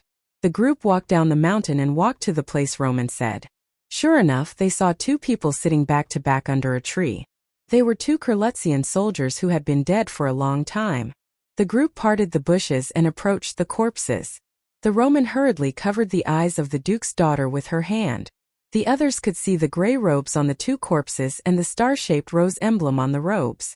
Brando recognized the emblem as Sovin's emblem, which was the emblem of the Land Dragon Knight of Koronia. This proved that the two corpses were soldiers of Anslova's army. The Land Dragon Knight of Koronia. This is Sir Fister's army. Some Crew's nobles recognized the corpses and whispered, "Has the North Mountain Outpost been lost?" "Where's the North Mountain Outpost?" Brando asked. "It's north of here, on the only way to Buos." Rogers looked at the two corpses and replied. Brando nodded and squatted down beside the corpses. He carefully examined the wounds. The first corpse had a penetrating wound, but it was not fatal. He had died from excessive blood loss. He compared the wound to the armor under the robes and came to a conclusion. The Land Dragon Knight of Koronia was a Grade 3 unit. The one who killed him should be another Grade 3 unit from Georgandy Ridge, the Razor Boar. The Razor Boar was a tamed beast of the subterrane dwellers.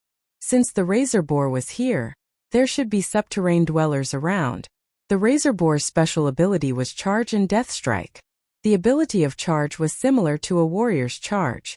Death Strike allowed it to generate a false life force equivalent to 10% of its total health, after receiving enough damage to kill it. It would only die after the false life force was depleted, or it lasted for more than 10 minutes. Brando thought of the Razor Boar's ability and suddenly cursed.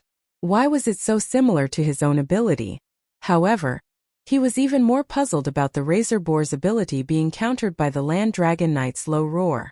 The low roar of the Land Dragon Knight could induce fear in most beasts except for monsters. This was the weapon used by the Land Dragon Knights against other cavalry. It was also effective against the Razor Boar. Logically speaking, if the Land Dragon Knight wanted to run away, the Razor Boar would not pose a real threat to them. With such doubts in mind, he checked the second corpse. The injuries on this corpse were very strange. The neck and arms were strangely bent, as if they were broken. Generally speaking, such injuries were caused by blunt force. However, there was no blunt force injury on this corpse. Brando was puzzled. Princess Magadal, accompanied by Dilfari, frowned and looked at the two corpses. She then said, "Count Brando, there is no need to be puzzled. He fell to his death." Fell to his death? Brando suddenly realized. This person must have fallen from the Coronia land dragon's back and broken his spine. He must have died on the spot. His body must have been rescued by his companion, but the latter also died from excessive blood loss. Can't be that simple. How can a well-trained land dragon knight fall from the back of a dragon? They are fixed to the saddle, Kiara replied. She squatted down beside Brando and was about to poke the two corpses with her hands. However, before she could touch them, her hands were pulled away by Brando. "Child, stay away from these things," Brando replied impatiently. "I'm not a child." Brando stopped and looked at the little one. Chiara appeared to be very unhappy. She muttered something to herself, but no one could hear it clearly. Presumably it wasn't anything good.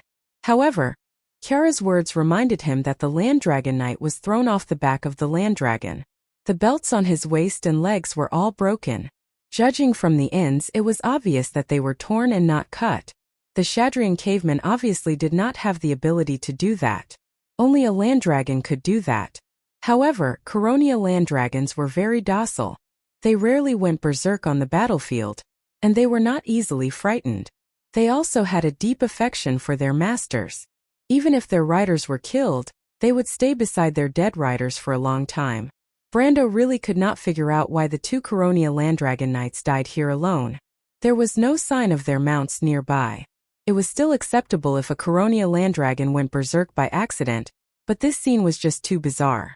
He thought for a long time, but he still could not figure it out. At this moment, the Roman suddenly shouted from behind.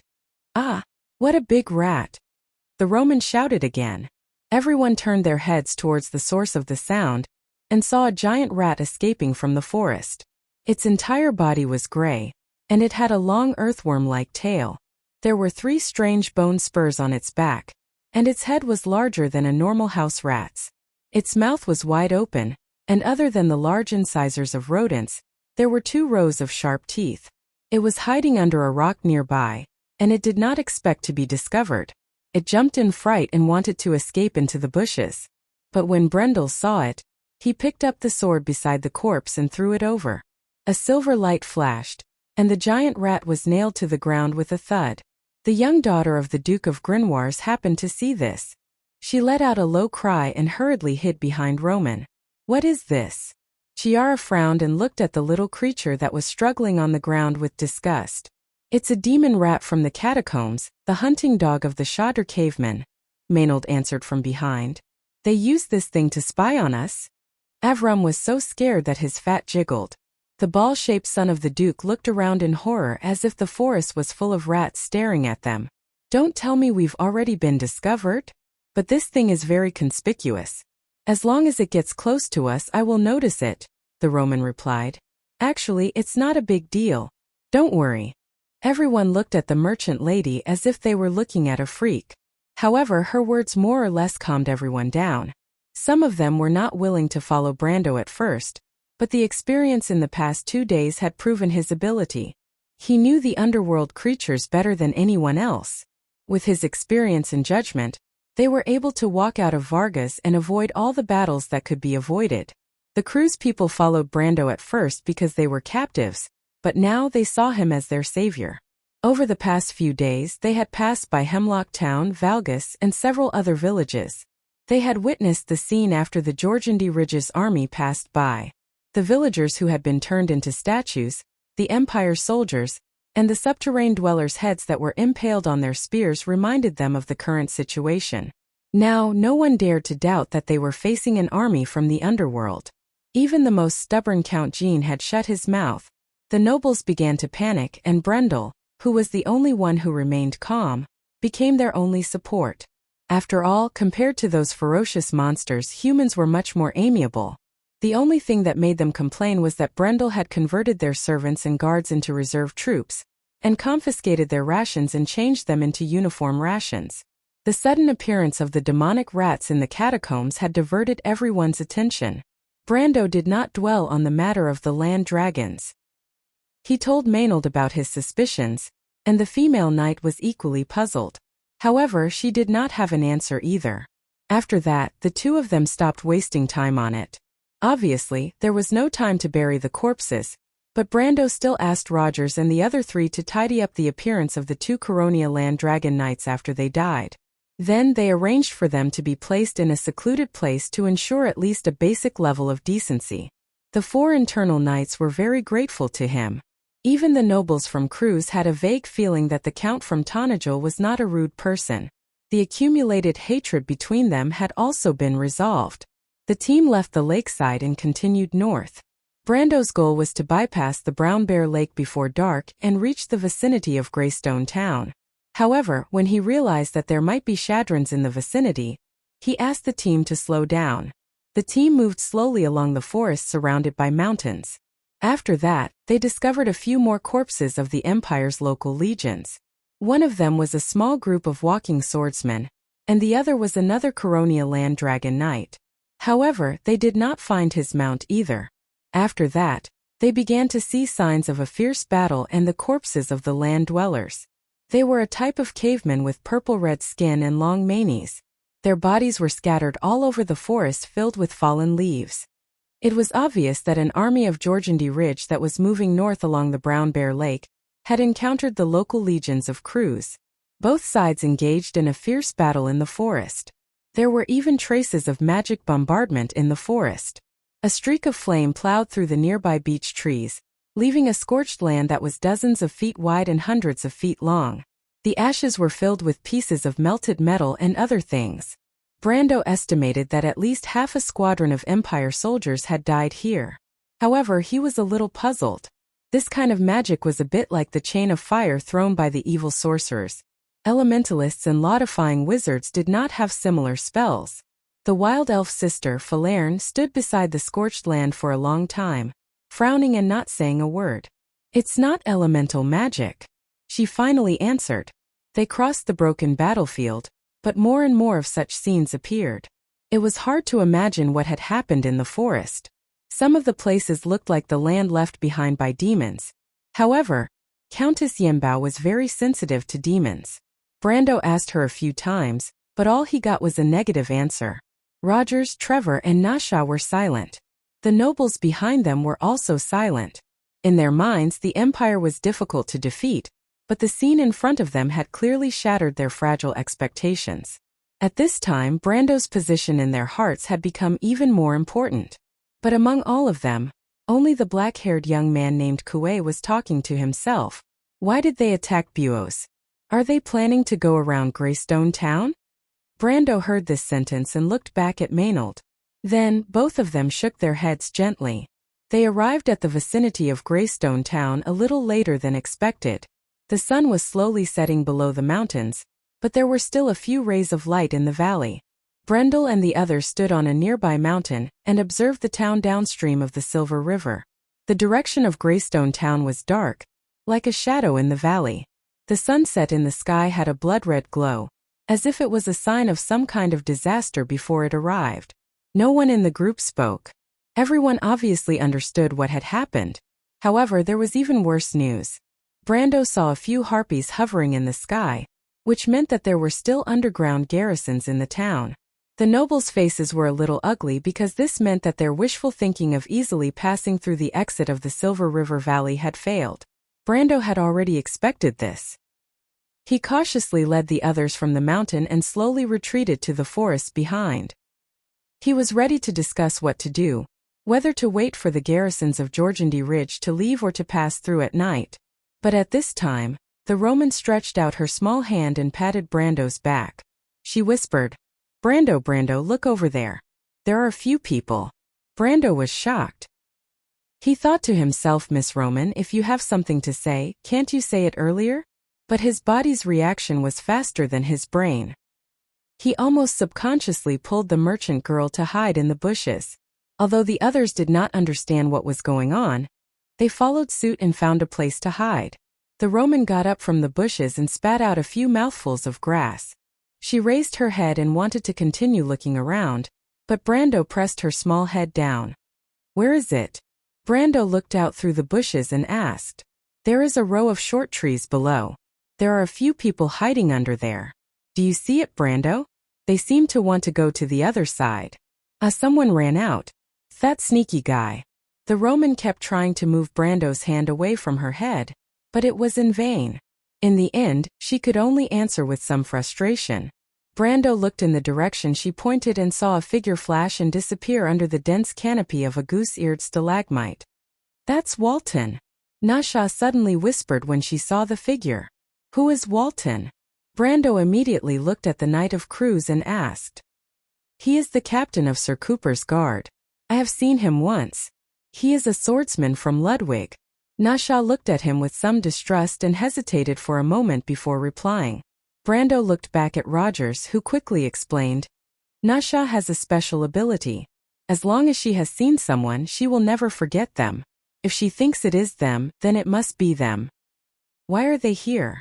Trevor was a little puzzled.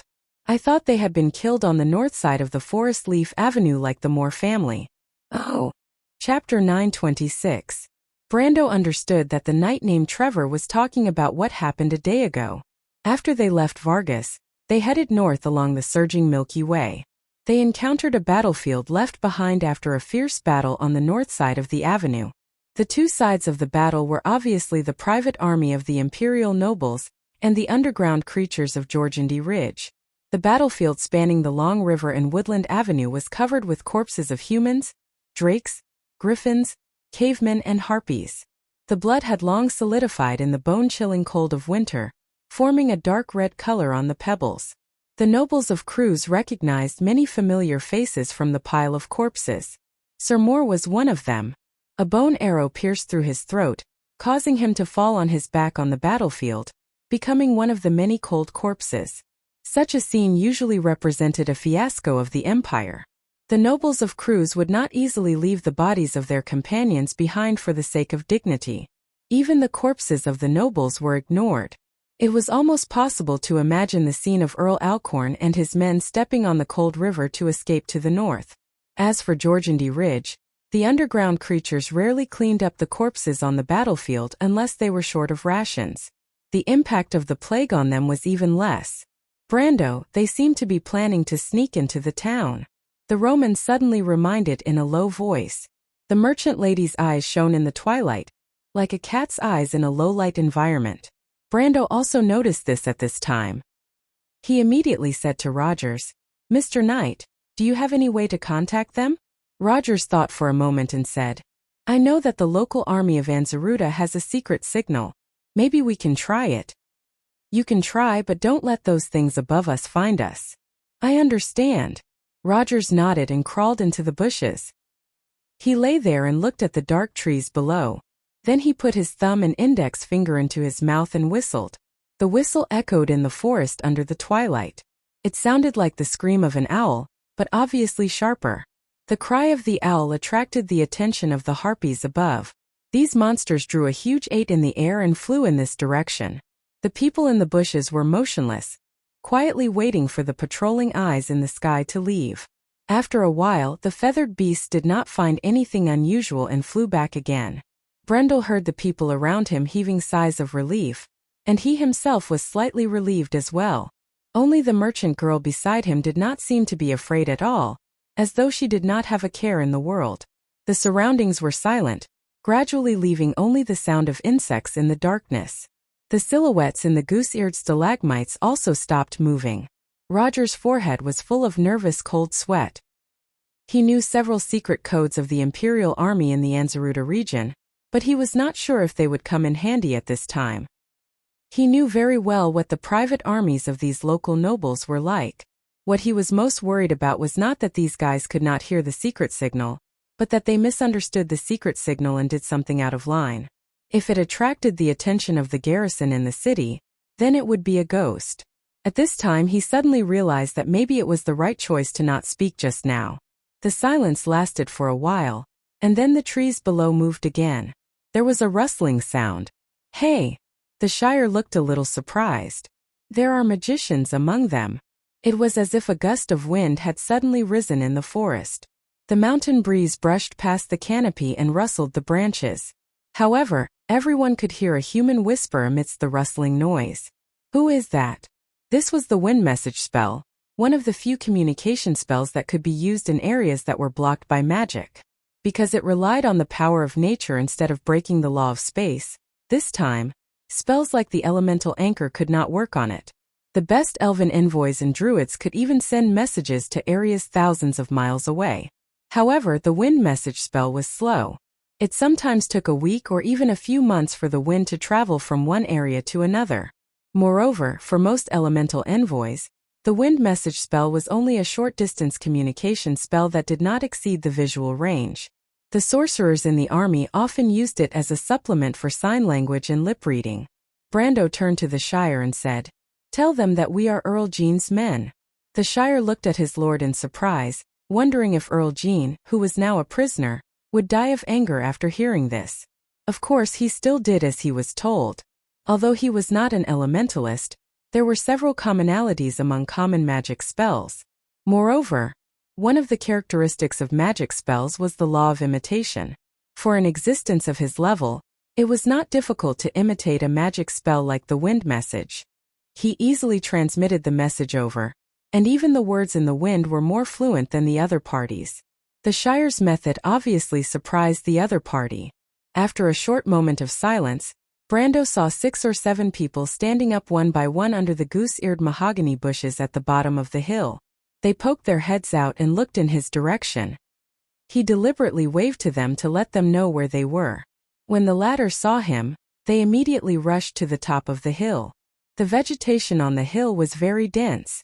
Apparently, their short run did not attract any attention from the sky. After a while, they came to a circle of bushes at the top of the hill. The person running at the front was the first to see Erwin's delegation behind him.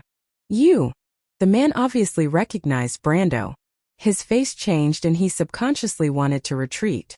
However, Brando did not give him the chance to do so. He directly raised his hand, and the lines of law in the vast space lit up at the same time, like a net covering the 7 people.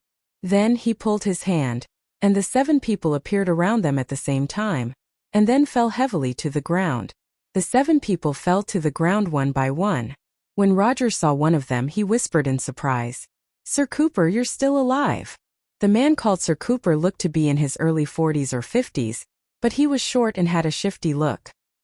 His appearance obviously did not match his aristocratic status. However, those who knew him well knew that he was a shrewd guy. When he heard his captain's whisper, he knew something was wrong.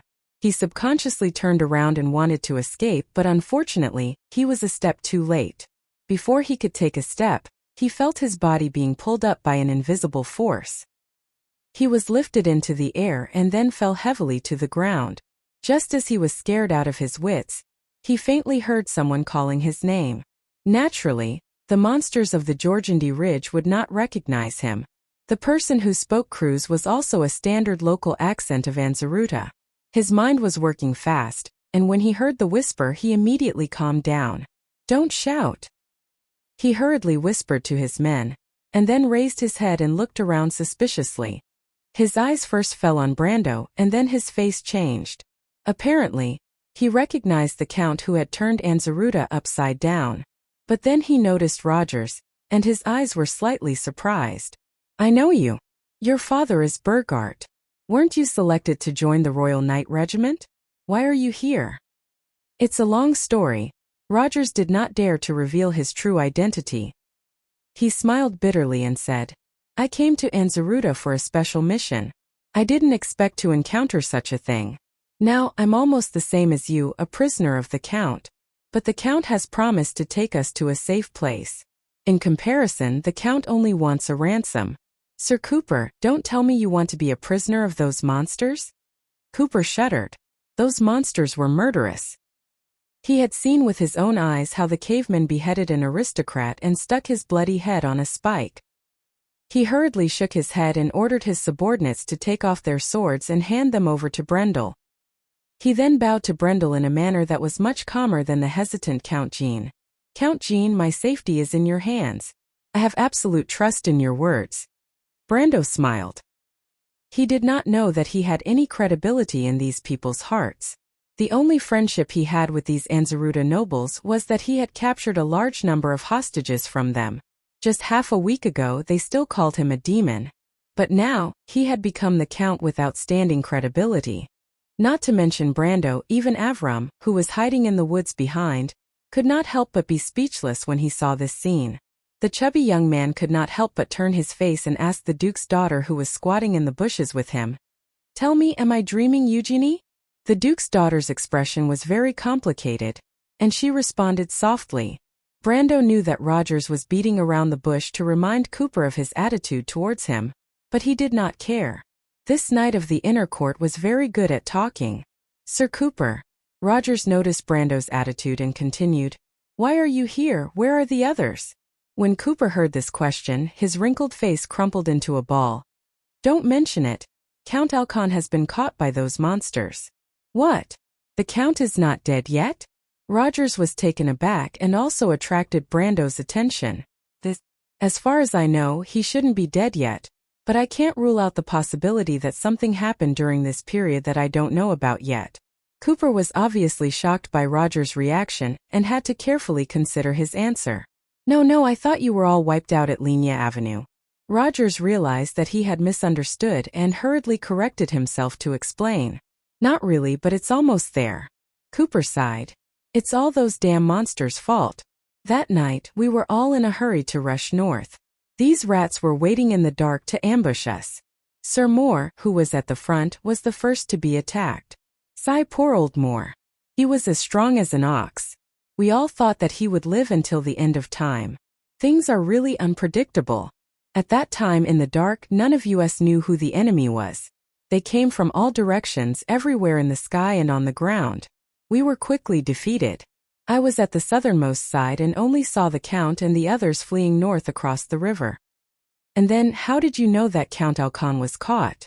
Brando suddenly asked. "I saw it with my own eyes. After I was separated from the Count that night, I have been trying to find out where the others went. Later I learned that they went to Buoz." "Buoz?" Rogers, Trevor, and Natasha couldn't help but blurt out the name at the same time when they heard the answer. "What's wrong?" Cooper looked at them in confusion. "Nothing, continue," Brando replied. Cooper nodded with some suspicion and continued. "Actually, it wasn't Buoz. Before the Count and the others reached Buoz, they were surrounded at the North Mountain sentry post. When I arrived there, I saw them being captured by the cavemen with my own eyes." "North Mountain sentry post?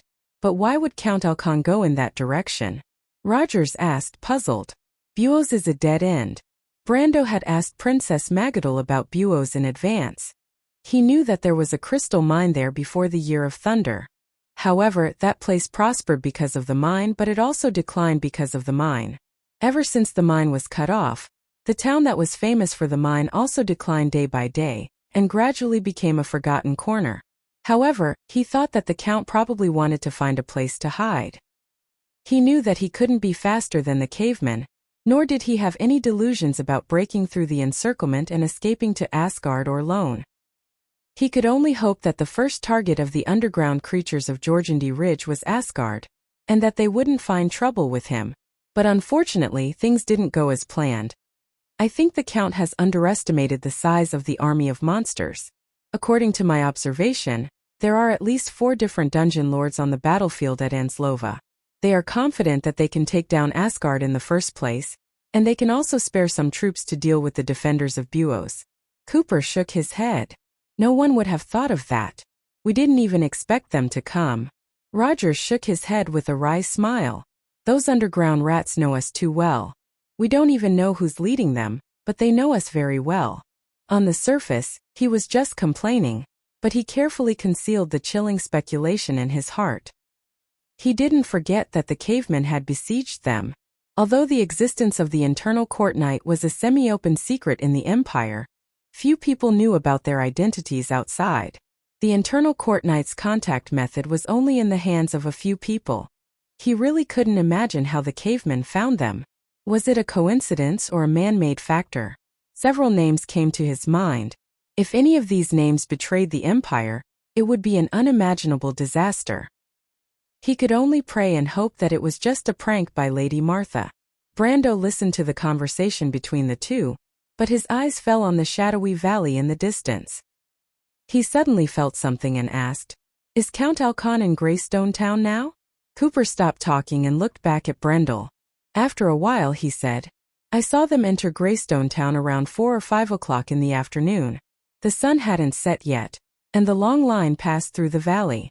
They came from the direction of the North Mountain sentry post, and I could clearly see that there were many human prisoners in the line. If the Count is not dead, I think he should be inside." Was Greystone Town captured before that? It was captured before that. Then how can you confirm whether Count Alcon and the others are still in the town, or have already left the town from the other side of the valley and been transferred to other places? Cooper opened his mouth. "To be honest, I haven't thought about it." He looked at Brando in confusion. He didn't expect the young Count Erwin to think so carefully. Brando didn't care about Cooper's question. He then asked, "Have the patrolling harpies in the sky changed shifts?" "Once." The latter replied truthfully. "Then were there any harpies in the Jorgandi Ridge army that attacked Count Alcon?" "This doesn't seem to be the case." "That's right." Brando pulled the collar of the Count's trench coat to prevent the cold night wind from blowing into his collar. He stared at the valley and replied, "The Shadow Cavemen have two famous lords. One is Gerard the Wizard, and the other is Tampo. Neither of these two clans has allied with the Harpies. That is to say, the Jorgandi Ridge garrison in the town has not exchanged defense with the Shadow Cavemen. They've already left." Cooper asked cautiously, "That's not necessarily true. What I mean is that there might be more than one lord's army stationed in this town." Brendel's brows were tightly knitted together. This was not good news for them. Cooper also subconsciously shut his mouth. He didn't understand what the Count was thinking. "Sir Cooper, are you sure that the Jorgandi Ridge army returned from the North Mountain sentry this afternoon?" "What do you mean by that, Count? My scouts won't lie to me." Cooper was a little angry because he felt questioned. "Don't be angry. I'm not doubting you, Sir Cooper. I just want to confirm one thing. Did your scouts really see the Jorgandi Ridge army return to Greystone Town after attacking Count Alcon at the North Mountain sentry?" Cooper was about to answer yes, but he only said half a word before he was stunned. Then he looked surprised. Roger's reaction was even stronger than his. He almost jumped up and shouted, "They returned directly to Greystone Town after attacking the North Mountain sentry? What about Buos? Were they just going for Count Alcon?" This. Cooper was at a loss. "I don't know what's going on either." Oh. Chapter 927. Brando smiled as he got the answer he wanted. He turned around and looked at Maynard, who was lying in the same direction. The latter's eyes were as sharp as a knife. She nodded at him gently. At this moment, the sun had begun to sink into the inland sea of the Empire in the west. At the last moment before sunset, the sea in the far west burned and turned into a whole piece of pure gold. But as the last ray of light sank below the sea level, the golden water was quickly dissipating, leaving only a dark red color, like a casting that was gradually cooling. From the west to the east, Greystone Town was surrounded by rolling hills. On a cloudless day, the view in the sky was extremely wide. Especially the Anzaruta Mountains in the distance and the endless plains in the east formed a magnificent picture. But after dusk fell, the distant mountains seemed to be shrouded in a layer of twilight, becoming hazy, like an impressionist oil painting. The boundary between the sky and the earth was shrouded in a layer of orange halo and clouds, becoming blurred. But all of this eventually returned to the silent night. As the light dimmed, the creatures who were used to the darkness could see more clearly. The harpies hovering above the town seemed to have noticed the unusual movement on the nearby hills. They circled the hills for a long time while squeaking. But before they could attract the attention of others, a sudden commotion broke out in Greystone Town. Loud noises came from a few streets. The noise and clamor attracted the attention of the feathered beasts again. They turned around and flew back into the town. Translator. Endless Fantasy Translation Editor. Endless Fantasy Translation in Greystone Town. The subterranean dwellers were capturing residents, Imperial soldiers, adventurers, and other dangerous people who were hiding. They were not used to the daytime, so the search began in the evening, and soon the town was in a mess. On the second floor of the Bullfrog's Cry Inn, the smelly searchers had just left. Suddenly, a cloak was lifted among a pile of debris. It was as if a door was opened in the wall, and a small figure appeared behind it. In the dark room, a pair of lake-like green eyes appeared. The eyes were big and clear. It blinked gently, and then a look of relief appeared on its face. It was a little girl wearing a dark green cloak, but the cloak was a little strange. It was obviously an adult's traveling cloak. Only the hem was cut to fit her small stature so that it did not drag to the ground. However, the huge hood could not be changed, so the little girl had to hold the edge of the hood from time to time to prevent it from drooping down and blocking her view. It looked very funny. Under the huge hood, the little girl's light silver hair was tied into two short ponytails behind her pointed ears. It seemed to be the only distinguishing feature of her identity. Generally speaking, such a half-elf with wild elf blood could only be seen in the north of the Greyhues Knights Legion, or even further north in Eloranta. In addition, she carried a crossbow that was almost half her height, and wore a pair of short leather boots with feathers stuck to the left and right sides of the boots. The little girl stood on her tiptoes and just happened to put her chin on the window lattice.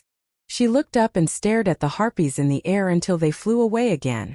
Then she struggled to climb up the desk, knelt on the desk, opened the window, and quietly glanced at the street below.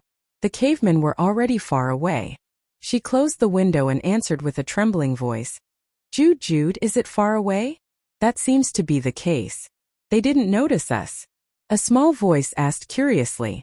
A small triangular head appeared under the wide hood. This little thing looked a little like a giant dragon, thousands of times smaller. It even had the same horns, sharp teeth, and folded wing membranes. However, it was not a dragon but a pseudo-dragon. Wond had very little information about this strange species.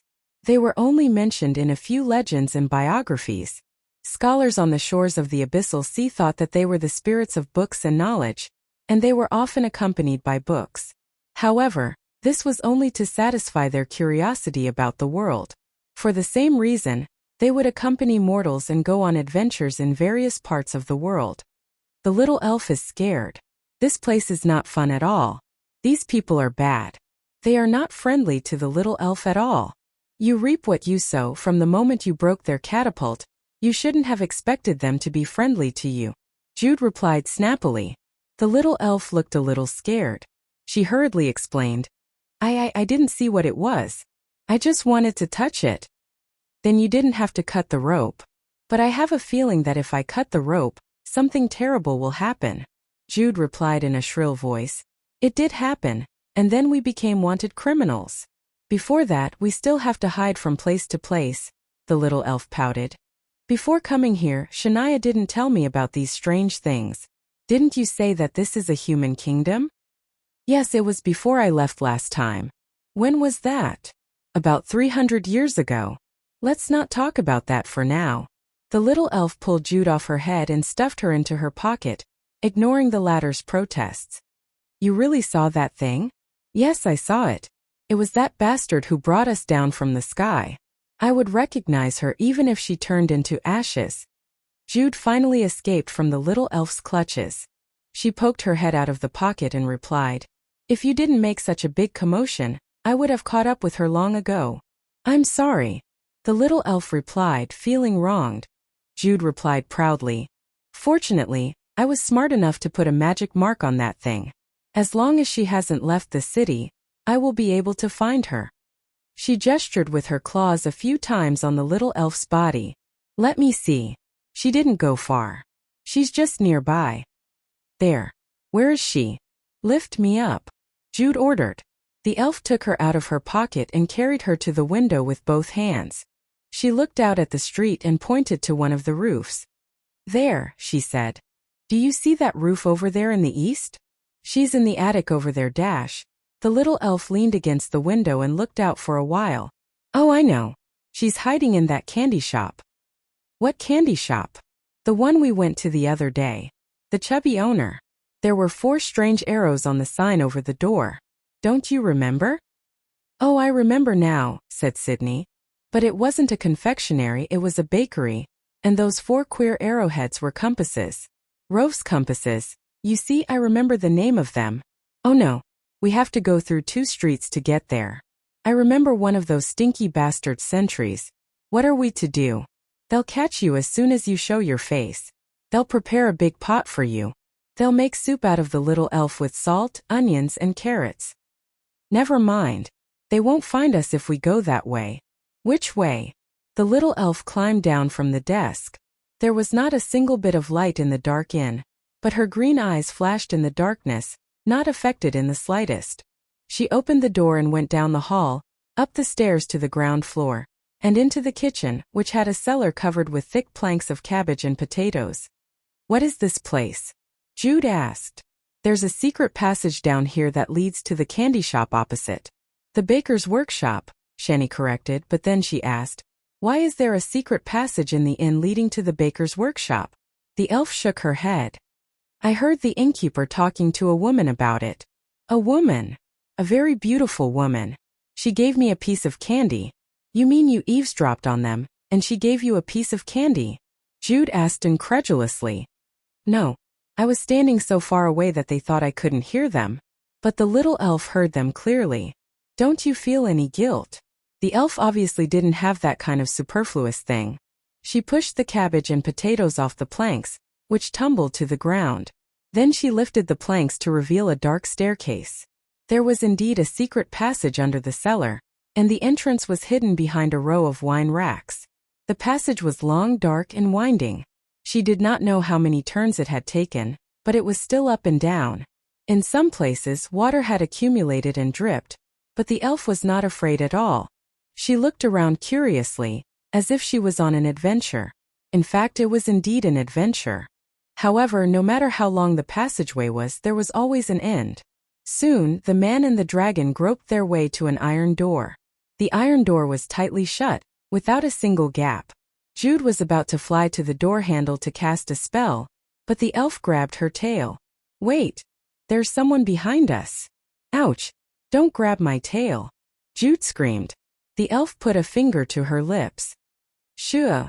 A moment later there was a rumbling sound from behind the iron door. It sounded like someone was dragging something. The noise lasted for a while before it stopped. Then there was the sound of footsteps. 1, 2, 3, 4, 5, 6. The elf counted. The 6 of them entered the room one by one. Then there was the sound of the door closing. Jude was startled. Are they coming in? The elf shook her head. They're not coming, she said as if she had seen it herself. There was a moment of silence behind the door. Then there was a man's voice. Miss Delphian, we've come at a bad time. We don't know where those things came from. Please make a decision. We can't stay here any longer. We know of a secret passage in the city that leads to the lower reaches of the surging Milky Way. But if we're late, those monsters will find it. A soft female voice replied. I know where these things came from. That person has a group of subterranean dwellers in his territory, which shows that his relationship with Jorgendy Ridge is not ordinary. They have been plotting this for a long time, but no one thought that he would actually dare to make a move against the Empire. The elf heard the voice from the other end of the passage. It's her, she said to Jude. It's that woman? The elf nodded. She thought for a moment and said, I know. She must be the owner of the candy shop. Do people call the owner of the candy shop Miss in your hometown? Jude sneered. She's in the candy shop. Of course she's the owner. Good logic. At this time, a young voice spoke from behind the door. Elman must have seen through that person's scheme in the loop of trade winds. That's why he was killed. Thank you, Mr. F. That person is treacherous and cunning. I've asked Dandesha. If he didn't leave Elman and the others behind, she wouldn't have had the chance to act. That woman is detestable, but some hypocrites deserve to be judged. Elman swore to protect me for his entire life. Now that he's gone, I'm still his wife. I'll avenge him. The first voice sighed. Miss Delphian. Don't worry. No matter how long you stay here, we'll protect you. Thank you, Mr. Solens. You're welcome. The subterranean dwellers attacked the North Mountain sentry post today. That place has no value to them. If they were going after Buos, it might make sense, But they only attacked the North Mountain sentry post, the young voice spoke. The subterranean dwellers won't do meaningless things. But I heard that Count Alcon is in that place. That person has a grudge with the nobles in the south of the empire, so I'm guessing that he's most likely with the subterranean dwellers. Our people have also heard that there's a mysterious human beside Tompu, the rough male voice replied. Then it's most likely him. Why would a normal person be with those monsters, especially at this time of the year? A new voice spoke. It was a slightly hoarse voice. Can you find out where Tompu and his whereabouts are? The woman asked. That's not difficult. These monsters are probably used to the underground tunnels. They're not used to our buildings. We can easily get close to their base. Very well. Find a way to set up ambushes on his path. Don't get too close. That person is very powerful. The young voice spoke again. No matter how powerful he is, he won't be able to dodge the Demon Slayer spear. There's no harm in being careful, the rough male voice reminded. Then the others chatted with each other for a while. Most of them were talking about recent events. Xianyi and the little fairy who were leaning against the door quickly lost interest. The chatter behind the door gradually died down. Then there was the sound of things being dragged away. Finally, there was the sound of the door slamming shut. Everything returned to normal. Have they left? Xianyi asked after a while. The two carefully pushed open the iron door. Behind the door was a small room filled with all kinds of junk. Wooden boxes, barrels, broken cabinets, and iron shelves. The little fairy looked around and whispered. Do you understand what they're saying? Nothing more than revenge. I've seen many humans and they're all like that. Xianyi flapped her wings a few times and landed on the little fairy's shoulder. They're so boring. Let's not care about them. We'll go find that bad guy and take revenge ourselves. I feel like you're scolding us too. How could that be? We're avenging for justice. We're different from them. What's different about us? You're not allowed to speak anymore, Xianyi. One is marked by the company one keeps. The little elf had learned how to get angry out of humiliation without anyone teaching her. The two walked up the stairs to the basement. They quietly pushed open the door to the basement. Outside the door was still a dark corridor.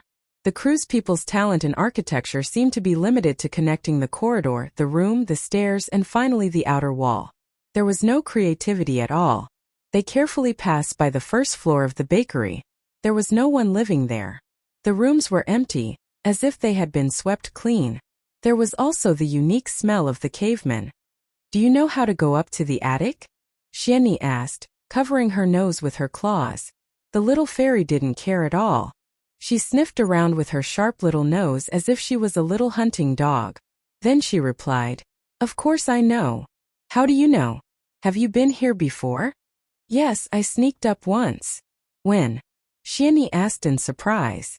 When you weren't there, there was a wild grape rack behind the house.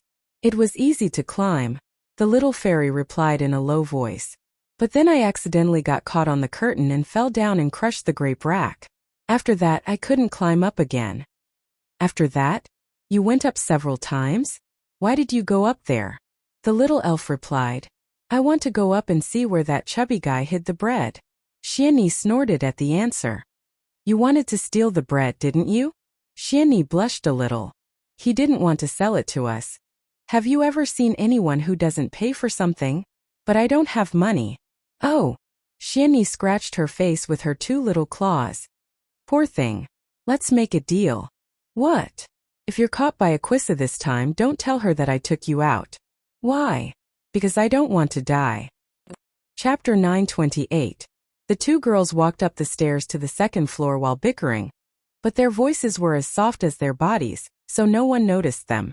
The second floor was still a long corridor, with several rooms on both sides. The doors were closed and it was dark inside. It was hard to guess if the people behind the rooms were the same. But it was most likely because when the two girls tiptoed past some of the doors, they heard faint voices talking behind them. Logically speaking, they should quickly pass through such a dangerous place. But the little elf was interested in listening to the voices inside the room one by one. In the first room, there was the voice of the previous rough man and the voice of the young man called F. The two seemed to be discussing the previous plan, but she couldn't understand a single word, so she left the room in disappointment and went to the next door. Sunil leaned on her shoulder and didn't stop her. Instead, she asked curiously, "Who's inside?" The little elf shook her head, indicating that there was no voice inside. She continued to move forward. In the third door, there were two voices that she hadn't heard before. She guessed that they were the two people who hadn't spoken. These two are the guards of the owner's wife. After listening for a while, she said to Sunil as if she had discovered a secret, "This candy shop must be very popular. Even the owner's wife has guards." "Because she's not the owner's wife," Sunil replied. "Why? Why do you say that?" The little elf raised her eyebrows and asked. "All right, I won't argue with you. If you say so, then so be it." The two girls continued to move forward and came to the fourth door, which was also the last door. Not far away was the end of the corridor, where there was a staircase leading to the attic. The little elf stood in front of the door and listened carefully with her pointed ears. Not long after, she heard a strange voice. "It seems that someone is talking." "Is it the old man and the woman?" Sunil asked. The little elf listened and said, "No, it's the old man and the other old man." "How can it be? Then there are 7 people. Maybe one of them didn't go down before. They need someone to keep a lookout." "What are they talking about?" Shinny asked after a moment's thought. The first old man was reporting something to the second old man. The second old man asked the first old man how it was going. The first old man said that it was going well. Then they said something that even the little elf couldn't understand. Something about long live. It was really strange. Then the second old man urged the first old man to hurry up. The second old man seemed to be complaining about something. Enough. You're making me dizzy," Sydney interrupted. "Can't you put it in simpler terms?" "But I don't understand what they're talking about." Shani glared at her. "You're such an idiot." Boris Anvil had a resounding name. As a dwarf, he was a member of the famous Anvil family. But unlike his brethren who dug tunnels in the mountains, he yearned for the outside world and not the dull and boring tunnels. In the eyes of everyone, he was an anomaly, which was why he left his people early on and ventured into the human world. Now, he was an alchemist with some reputation. He had a respectable status, received a generous pension, and lived a good life that his compatriots in the tunnels couldn't even imagine. He didn't regret his choice at all. In fact, he was proud of it. But that didn't mean that everything went smoothly. Sometimes he still had to face some troublesome matters. For example, at this moment, he had no choice but to grumble and grumble as he erased the magic circle on the table. Even if someone gave him 500 eagle coins, he wouldn't want to look at that damn face anymore. "Damn it," he muttered to himself. "He makes it sound so easy. You just have to do this and that. Damn it, why didn't he try it himself?" He couldn't help but grumble. "I'm an alchemist, not a spy. Those guys are the real spies. As long as I'm a little careless, they will drag me out, peel my skin and pull out my tendons. I dare to swear in the name of Mother Earth that those cold-blooded people won't even blink an eye. Damn it, if I wasn't blinded by greed, I wouldn't have gotten involved in this mess." Well, even if that's the case, don't think that Uncle Boris is easy to mess with. Humph, if you dare to nag at me like this again, Uncle Boris won't do it. I'll let you fools understand that the men of the Anvil family won't be moved by mere silk. The dwarven alchemist opened the drawer as he spoke. Inside the drawer were bottles and jars of potions that he had refined. Of course, these were the less expensive types of potions, which was why he dared to temporarily store them here. As for the truly precious potions, Boris had always kept them close to his body. He took out a green paper package and carefully opened it. It was a portion of sleeping dragon dust. Wizards often use small doses of this potion as incense to induce meditation. But in fact, large doses of sleeping dragon dust had a very strong hypnotic effect. Moreover, this alchemy potion was not rare, so alchemists liked to use it for self-protection. Although Boris had inherited the loud voice and bad temper of the dwarves, he rarely possessed the meticulousness of an alchemist. At the same time, he was like most people who dealt with magic. They all had one thing in common: they cherished their lives very much. Therefore, before going to bed every day, he used to make a simple trap with the sleeping dragon dust to prevent any thieves from stealing his things or even killing him for money. He picked up the sleeping dragon dust, but still felt uneasy, so he grabbed a seed of the shining tree from the drawer and stuffed it into the pouch. Then he walked towards the door. But on this day, when he carried the sleeping dragon dust to the door as usual, he unexpectedly heard two chattering voices outside the door. "Nonsense, you're the idiot." Judy didn't understand. "That's because your description was too bad." Judy, who can't even understand the description of the elves, is useless. Then there's no one in this world who can be useful. Lawless, Boris thought to himself. He subconsciously thought that there were two thieves outside his door. Even burglars dare to openly discuss how to split the loot in front of the victim's door, and even brazenly argue. Do they really think that there's no justice here just because the rats of Georgandy Ridge are here? The dwarf angrily opened the door, and the door opened with a click, revealing a human and a dragon outside. The two of them were bickering at the door without any sense of crisis. They didn't expect the door to suddenly open. They were both stunned. A little elf, a pseudo-dragon, and an old dwarf holding the sleeping dragon's dust. The three of them just stood there and looked at each other, speechless. "Who are you?" Boris was stunned. No matter how much the dwarf grumbled, he would not think that the inexplicably cute little girl outside his door was a burglar.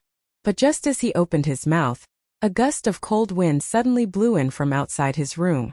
The winter wind was so cold that the dwarf could not help but shiver. The little elf opposite him opened her mouth wide. "Achoo!" Boris sneezed a little, and a cloud of green smoke suddenly spread out from his hand and shrouded him. The little elf opened her eyes, and just as she saw this scene, the dwarf alchemist fell to the floor with a thud. The sound of the dwarf falling to the ground was so heavy that a vigilant voice immediately came from the next room. "Who's outside?" Both the elf and Judy opened their mouths wide. Obviously, they did not expect to mess things up. They were discovered. That was their first thought. What should they do? That was their second thought, and there was no third thought. The two seemed to be petrified. Those people would definitely open the door and come out to check, and at this time it would be too late for them to run to the attic, not to mention there were people upstairs. For a moment they were at a loss and did not know what to do. The sound of several doorknobs turning came from the corridor at the same time, and the little elf was so scared that her face turned ashen. "Use the cloak," Judy screamed to remind her. Boris seemed to have just reacted and quickly pulled up the cloak to cover himself and Judy. In a flash, the two figures disappeared from the corridor. The first to open the door and come out was Delphian. Judy had heard the elf describe this woman as very beautiful, but when she saw her face, she realized that it was true. The human girl was wearing a violet dress, and her long hair was tied in a waterfall to her waist. Her hair was the color of black sandalwood. In Cruz and Erwin, only people with the blood of the Myernas could have such pure hair color. Black in the culture of the Cruz people represented mystery and misfortune, but it complemented her quiet temperament. Her eyes were like the stars in the night sky, her nose seemed to be carved out of jade, and her slightly pursed lips had a charm that could make any man go crazy. She stood there. Her perfect figure could not be hidden even by the darkness of the night. Even if some people thought that she was the goddess of the night, it seemed to be a matter of course. The others opened the door one after another, and a tall and strong man with a two-handed sword on his back came out. Two men dressed as guards, and a young man in a silver robe. When the four saw Boris on the ground, they could not help but exclaim in a low voice, "Boris! What happened?" The two-handed swordsman reacted the fastest. He pulled out his greatsword and rushed to the door of the dwarf alchemist's room. But when he looked inside, the room was empty. It didn't look like someone had broken in. But of course, he didn't expect that beside him, the little elf and Judy were hugging each other, shivering. Although the elf's cloak could hide them, it couldn't move. There weren't any obstacles in the corridor, so if these people took a few steps forward, they might bump into them. Delphian frowned, looked at the stairs leading to the attic and said, "Go up and check." Her voice just fell, and the elf and Judy almost hugged each other and burst into tears. Because the two of them were hiding at the stairs leading to the attic, as long as these people passed by, it was impossible not to find them. Hearing Delphian's order, the tall swordsman immediately put away his sword and turned to the attic. But before he could take a step, a cold voice came from the attic. "If I were you, I would choose to stay there obediently." This sudden voice startled everyone. But Xianyi was trying her best to signal the elf with her eyes. She remembered clearly that this was the voice that had knocked them down from the sky. Delphian heard this voice, first signaled the swordsman to stop, then raised her head and asked, "Who are you, sir? What did you do to Boris?" The attic was silent for a moment. Then the voice replied, "I am the same as you, a temporary guest here. As for what happened to your companion, it has nothing to do with me." At this time, the tall swordsman had taken the opportunity to check the status of the dwarf alchemist. He found that the dwarf was lying on the floor, sleeping soundly, and did not seem to be injured. He used his hand to touch some of the green powder on the floor, then sniffed and showed a look of understanding. "It's the sleeping dragon's dust. Boris is careful, he would never make such a mistake," Delphian replied as soon as she heard this. "Even if the sleeping dragon's dust is his own, something must have happened just now. When I came out, I clearly heard the voice of someone else. Lady in the attic, I don't mean to offend you, but I think you must know what happened just now, right?" When the two hiding under the cloak heard this sentence, they knew who she was talking about. They did not expect that the guy in the attic was so powerful that he even knew everything that happened below like the back of his hand. When the two thought of their purpose of coming here, they could not help but tremble in fear. Of course it was nothing, but the more they trembled, the more they trembled. In the end, even the people outside could see it. When the swordsman with the two-handed greatsword saw the distortion in the air, he thought that it was a spatial turbulence and was startled. He quickly stepped back, but then he realized that something was wrong. "Mr. Solons, what's wrong?" Delphian frowned. The swordsman did not answer. Instead, he used his sword to flick the two elves in front of everyone. At that moment they were both wronged and scared. They could not help but burst into tears. "Wah wah wah, don't kill me, mother. I'm going to die." Everyone stared at this scene with their mouths agape. Delphian seemed to have finally recognized the little one in front of her. "It's you," she said in surprise, but suddenly realized something and frowned. "You were eavesdropping on us." I didn't woo." The little elf panicked and denied. "Mr. Solons, catch her first," Delphian said a little angrily. Don't catch me." The little elf was obviously scared out of her wits. She ran up the stairs with tears and snot running down her face. Shani also flew up to block her path. "Little elf, run. I'll stop them." Unfortunately, before she could finish her sentence, Solons grabbed her wings. "False dragon." At first, the swordsman thought that Shani was just a lizard. But as soon as she spoke, he immediately recognized the rare creature. False dragons were very knowledgeable and had high intelligence. They could even cast some small spells. It could be said that they were the rarest magic pet of a wizard. He could not help but shout in surprise. "You're lucky, Miss Delphian. Let me go, you're hurting me, damn big guy." Shani screamed. The little elf's face changed when she heard this. Shani was her best friend. She would not let them take her away. "Let go of Shani." She suddenly turned around and rammed into the tall swordsman. Unfortunately, her small body didn't have any deterrent force. When she rammed into the swordsman's waist, she bounced off and landed on her but beside Boli the dwarf. The two guards and the young man beside Delphian could not help but laugh at the scene.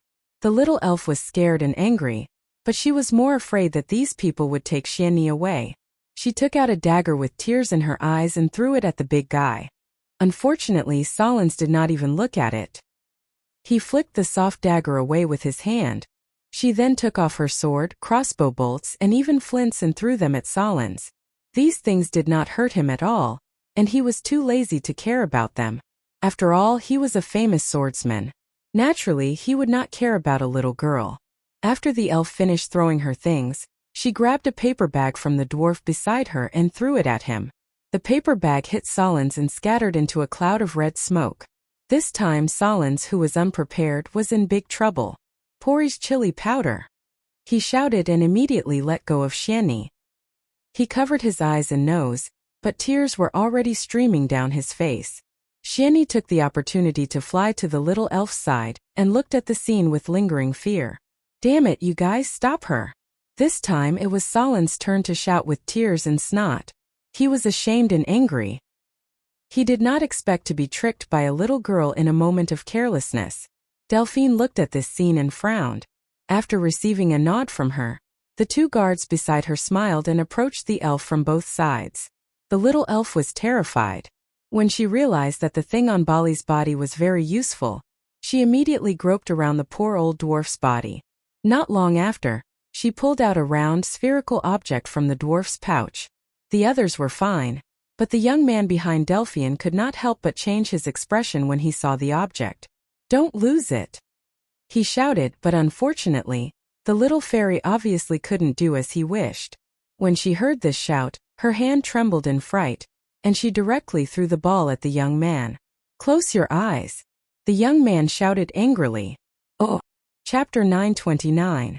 Half an hour ago. Compared to the commotion in Greystone Town, the nearby hills were quiet.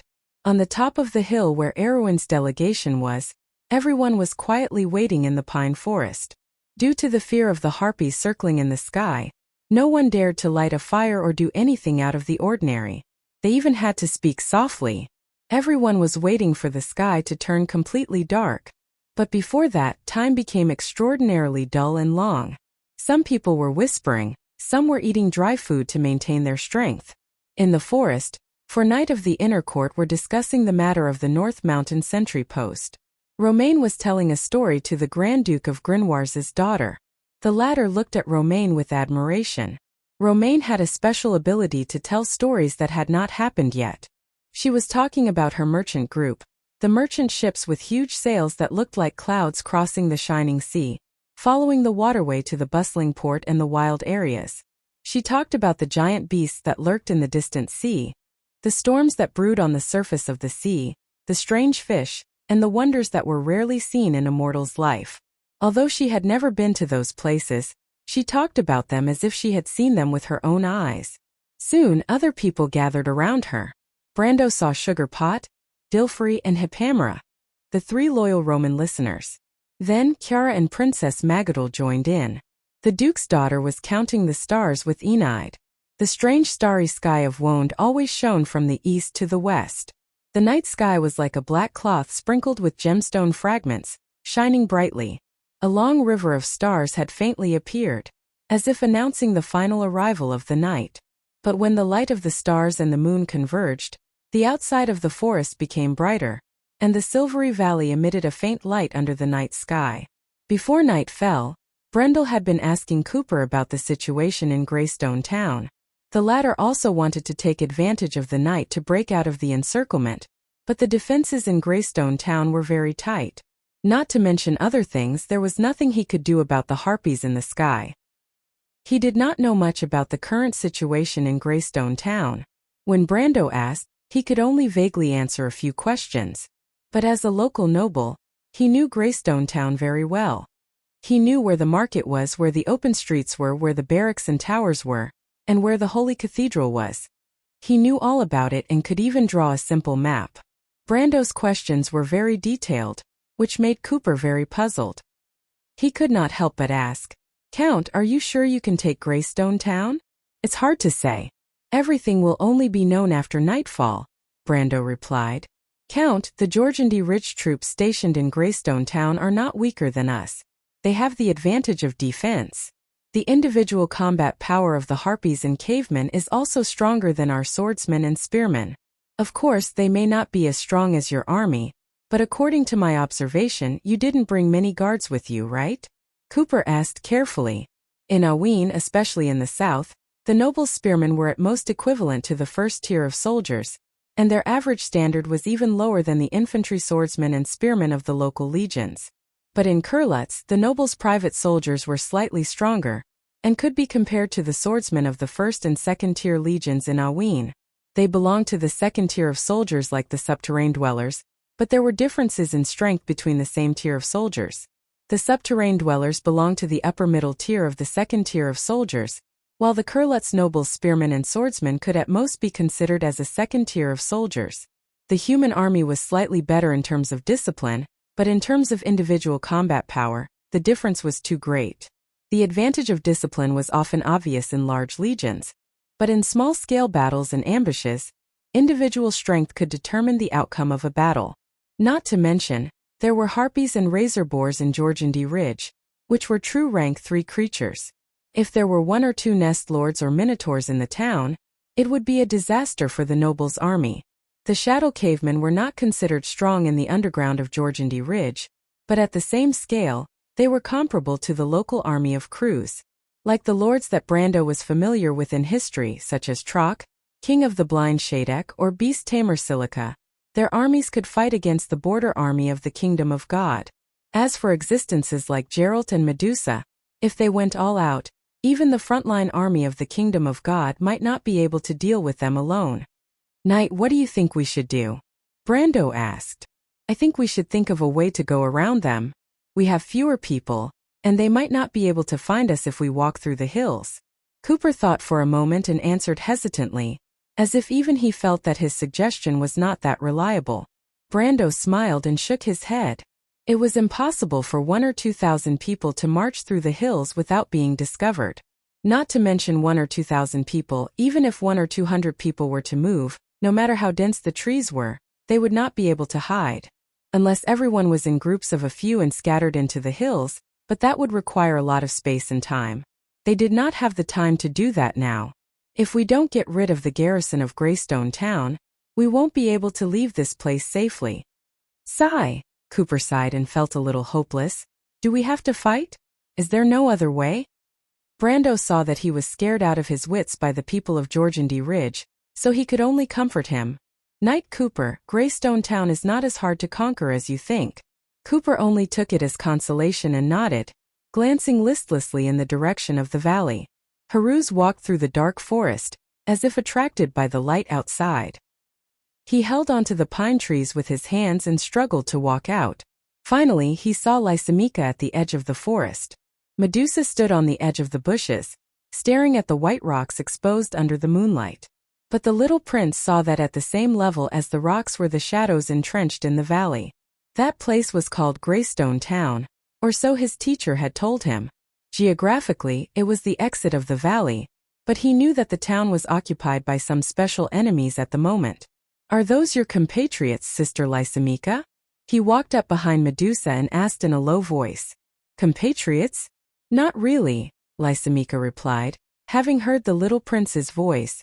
Haruz looked at her, puzzled.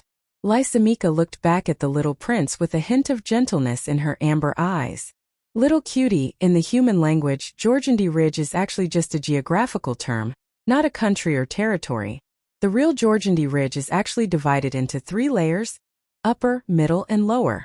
Each layer is different. The rulers of the shallowest layer are the dwarves. The middle layer is the Jorgendi Ridge you are familiar with. The bottom layer is the kingdom of the dark elves, and further down is the river flowing with magma and sulfur. In the dark underground world, there are thousands of different ethnic groups. They have never had any concept of a country. Even the most powerful lords often only rule a city and a territory. The smaller tribes are dependent on the lord. Since the beginning of history, everyone has been fighting for themselves and hostile to each other. She sighed as she spoke, and Haruz vaguely felt that he should not have mentioned these things, so he stopped asking. After sending Cooper away, Brando returned to Maynard's side and looked at the scene at the edge of the woodland from a distance. What about that Medusa? He asked, looking back. Her Royal Highness promised to shelter her. His Royal Highness seems to like her very much, Maynard replied, but she did not look over there, as if she did not care about it at all. No problem. It's not a big problem. Don't forget that she came with the demon. Brando nodded. In the middle and lower levels of Jorgendi Ridge, the natives were feuding with the demon, but there were also a small number of people who had to serve the demon. They were the demon's slaves. With this background, and the fact that she had personally sent the little prince back, it was not without reason that Griffin trusted her so much. There was a moment of silence between the two, looking silently in the direction of the valley. The wind blowing from the hills rubbed the entire pine forest over their heads and rustled. It's getting dark earlier and earlier, Maynard suddenly said, because it's almost late winter. Maynard glanced at him. The meteor fell near the North Mountain sentry post.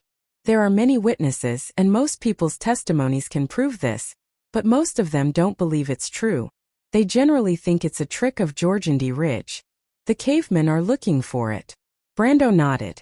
Although most people thought that they were going for Earl Alcorn, he already had the answer in his heart. Maynard looked at him quietly with eyes as quiet as an orchid. Could it be that thing? We'll know soon enough. So confident? That knight doubted that you could take this place. Maynard thought of Cooper's face and could not help but curl her lips. Unfortunately, Brando did not notice. He smiled after hearing it. Don't you know what's going on? Although there are many famous generals in this era, we also have our own means. You want to say players? Brando did not want to answer this question rashly. He had been thinking about all this for the past few days. Was history tending to happen or changing? If it was the latter, what was the opportunity? The night was getting darker and darker. It was obviously unrealistic to approach Greystone Town under the watchful eyes of the harpies before the sky turned completely dark. The eyesight of these monsters was comparable to their distant relatives on the surface. In fact, not to mention the valley, as long as one walked out of the dense canopy, there was a possibility that they would be targeted by them. As a reconnaissance unit among the flying units, the harpies were also ranked among the top in Wound. In terms of reconnaissance ability, even the gargoyles of Buga were slightly inferior to them. However, they were very fragile. They were used to jumping between underground rock formations, and their short wings were very weak in the air. This made them very weak in the air, which made them very weak in the air. However, it was also wishful thinking to get close to Greystone Town after nightfall. Harpies were creatures of the dark. In fact, their eyesight at night was better than during the day. This was because they had slight light blindness, which made it difficult for them to adapt to the daylight of the surface world. According to the Shire, the only way to quietly get close to Greystone Town was for everyone to learn invisibility. If they could find so many wizards to cast spells for more than 1,000 people hidden in the forest, it seemed that the only way was to attack. However, the players were especially good at this kind of small-scale unconventional battle, so Brando and Maynard's choice was usually not that troublesome.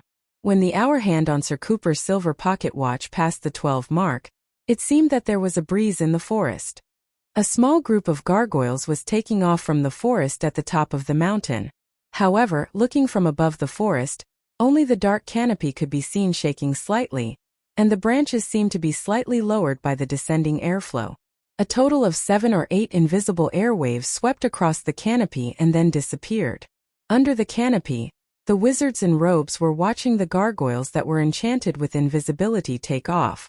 Beside them, there was a second group of gargoyles waiting to take off. These gargoyles were like statues in the forest when they were not activated, and their folded wings were almost taller than the treetops. These were the backups of the first group of gargoyles. If possible, everyone present sincerely hoped that they could succeed in one go and not use these backups. Under the cover of the night, it seemed that Martha was on their side, and the plan went far more smoothly than expected. 8 invisible gargoyles rose into the night sky and began to climb. They quickly flew into the clouds and arrived above the harpies in the sky above Greystone Town. The moonlight poured over the clouds, and looking down through the veil-like gaps of the clouds, one could clearly see 4 black dots that were flying in circles. The harpies did not have the slightest premonition of the approaching danger. They were circling in the air in pairs, using their sharp eyes to observe the vast land. In their vision, the mountains and hills gathered under the starlight and moonlight were like miniature sandboxes. The hills were shrouded in a silver mist, and it seemed quiet. At this moment, the 8 gargoyles had already locked on to their targets. After they climbed to the highest point, they began to make the final turn and then swoop down. Gargoyles, like the griffins, were heavy flying units, and their wingspans were far wider and stronger than the griffins. This meant that they had the strongest climbing and diving ability among creatures of the same level. In the game, the gargoyles were the Tier 3 troop class closest to the Tier 4 troop class, the griffins were the Tier 4 troop class, and the harpies were the Tier 4 troop class closest to the Tier 3 troop class. The balance of the 3 flying creatures was almost the same, but in terms of scouting ability, the gargoyles were no match for the harpies, and in terms of fighting, the gargoyles were no match for the ferocious griffins. However, in terms of climbing and diving speed, the Buga gargoyles deserved to be called number 1. Needless to say, the gargoyles that swooped down from the clouds were still invisible, and the 4 harpies did not know that disaster was coming from the sky. They only reacted in a panic when the sharp whistling sound reached their ears. But it was a pity. It was too late. The precision of the construct allowed the 8 gargoyles to enter the attack range at the same time, and when they showed their intention to attack, the harpies did not have any reaction at all. They struggled futilely in mid-air, and then the cold claws pierced through their fragile sternum. The 8 gargoyles were almost arranged in a sequence of attack, one in front and one behind, to prevent any fish from escaping, but it turned out that this was just an unnecessary move. The gargoyles swept past, and a rain of feathers fell in mid-air. It was a pity that they were too high above the ground, and the feathers fluttered in the air. By the time they landed, they had already drifted to God knows where. In the dark night, no one noticed that the battle in the sky had ended before it even began. The people waiting anxiously on the ground received the message from the gargoyles at the same time. Rogers could not help but excitedly high-five his companions, and the wizards in the forest also high-fived one after another to congratulate him. But at the same time, on the other side of the hill, groups of elves wearing feathered cloaks, wearing clothes that were different from humans, and holding long staffs walked out of the forest. Their faces were painted with various patterns, and they looked like barbarians in the mountains, but their pointed ears exposed their identity: tree elven druids. A small group of tree elves had already joined Brando's Mage Legion during the Autumn Twilight War in Erewhon. After the war, more and more tree elves came out of the Black Forest and settled in his territory. This was originally part of the agreement between him and the druids in the Loop of Trade Winds, and with the departure of the Mage Legion with Erewhon's envoy, these tree elves also came to Cruz's land. They faced the night wind and chanted ancient spells, and then one by one, they turned into birds or ravens and flew out of the forest in flocks, flying down the valley in the direction of Greystone Town. Migratory birds often migrated in the areas near the Sea of the Empire, and even in the inland areas, it was not rare to see a flock of ravens wandering on the hills.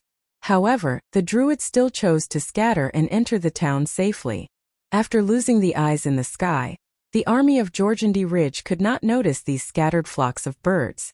The druids flew into the city and landed in the dark places, dead ends, deep alleys, or secluded courtyards.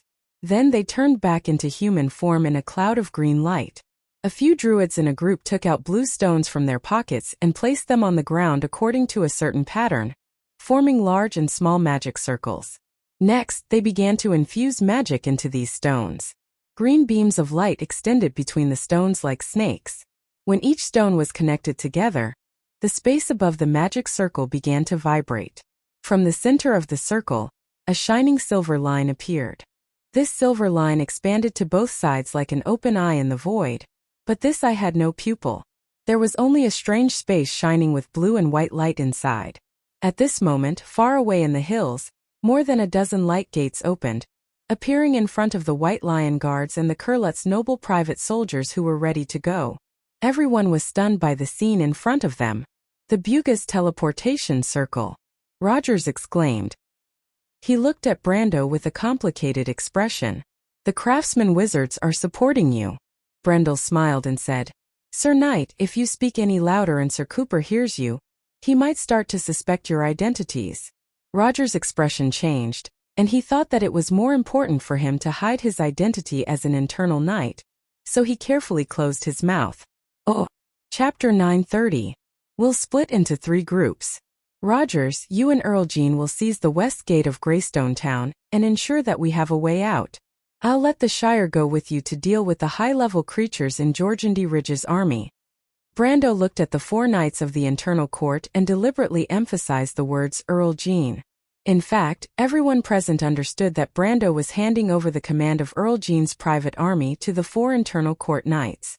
As for the so-called going with Earl Jean, it was just a fig leaf to avoid embarrassing the Earl. Earl Jean could only let out a low snort not far away to vent his dissatisfaction.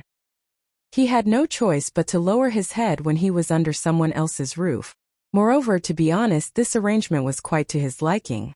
At least it was much better than having his army stolen by the other party. Of course, in terms of attitude, he would definitely not be nice to Brando. In response to Brando's order, Rogers nodded silently. He knew that the young Archmage was not only here to help them, but also to monitor them. The Earl would not be completely at ease leaving the army to Cruz's people. Brendel saw that Rogers had no objections and nodded in satisfaction. He trusted the Queen's inner court knights. Rogers was an upright person and did not have the bad habits of a noble. He continued, Med Isa. But suddenly he saw the merchant girl jumping and waving at him with all her might. He could not help but sigh. All right, Romaine, I'll leave the diplomatic group to you. There's a bakery in Greystone Town called Rove's Compass. There's a secret passage there that leads to the lower reaches of the Silver Stream Valley. He looked at Rogers. That bakery was actually the secret base of the Inner Court Knights in Greystone Town. This information was also given to him by the latter. Rogers nodded in confirmation.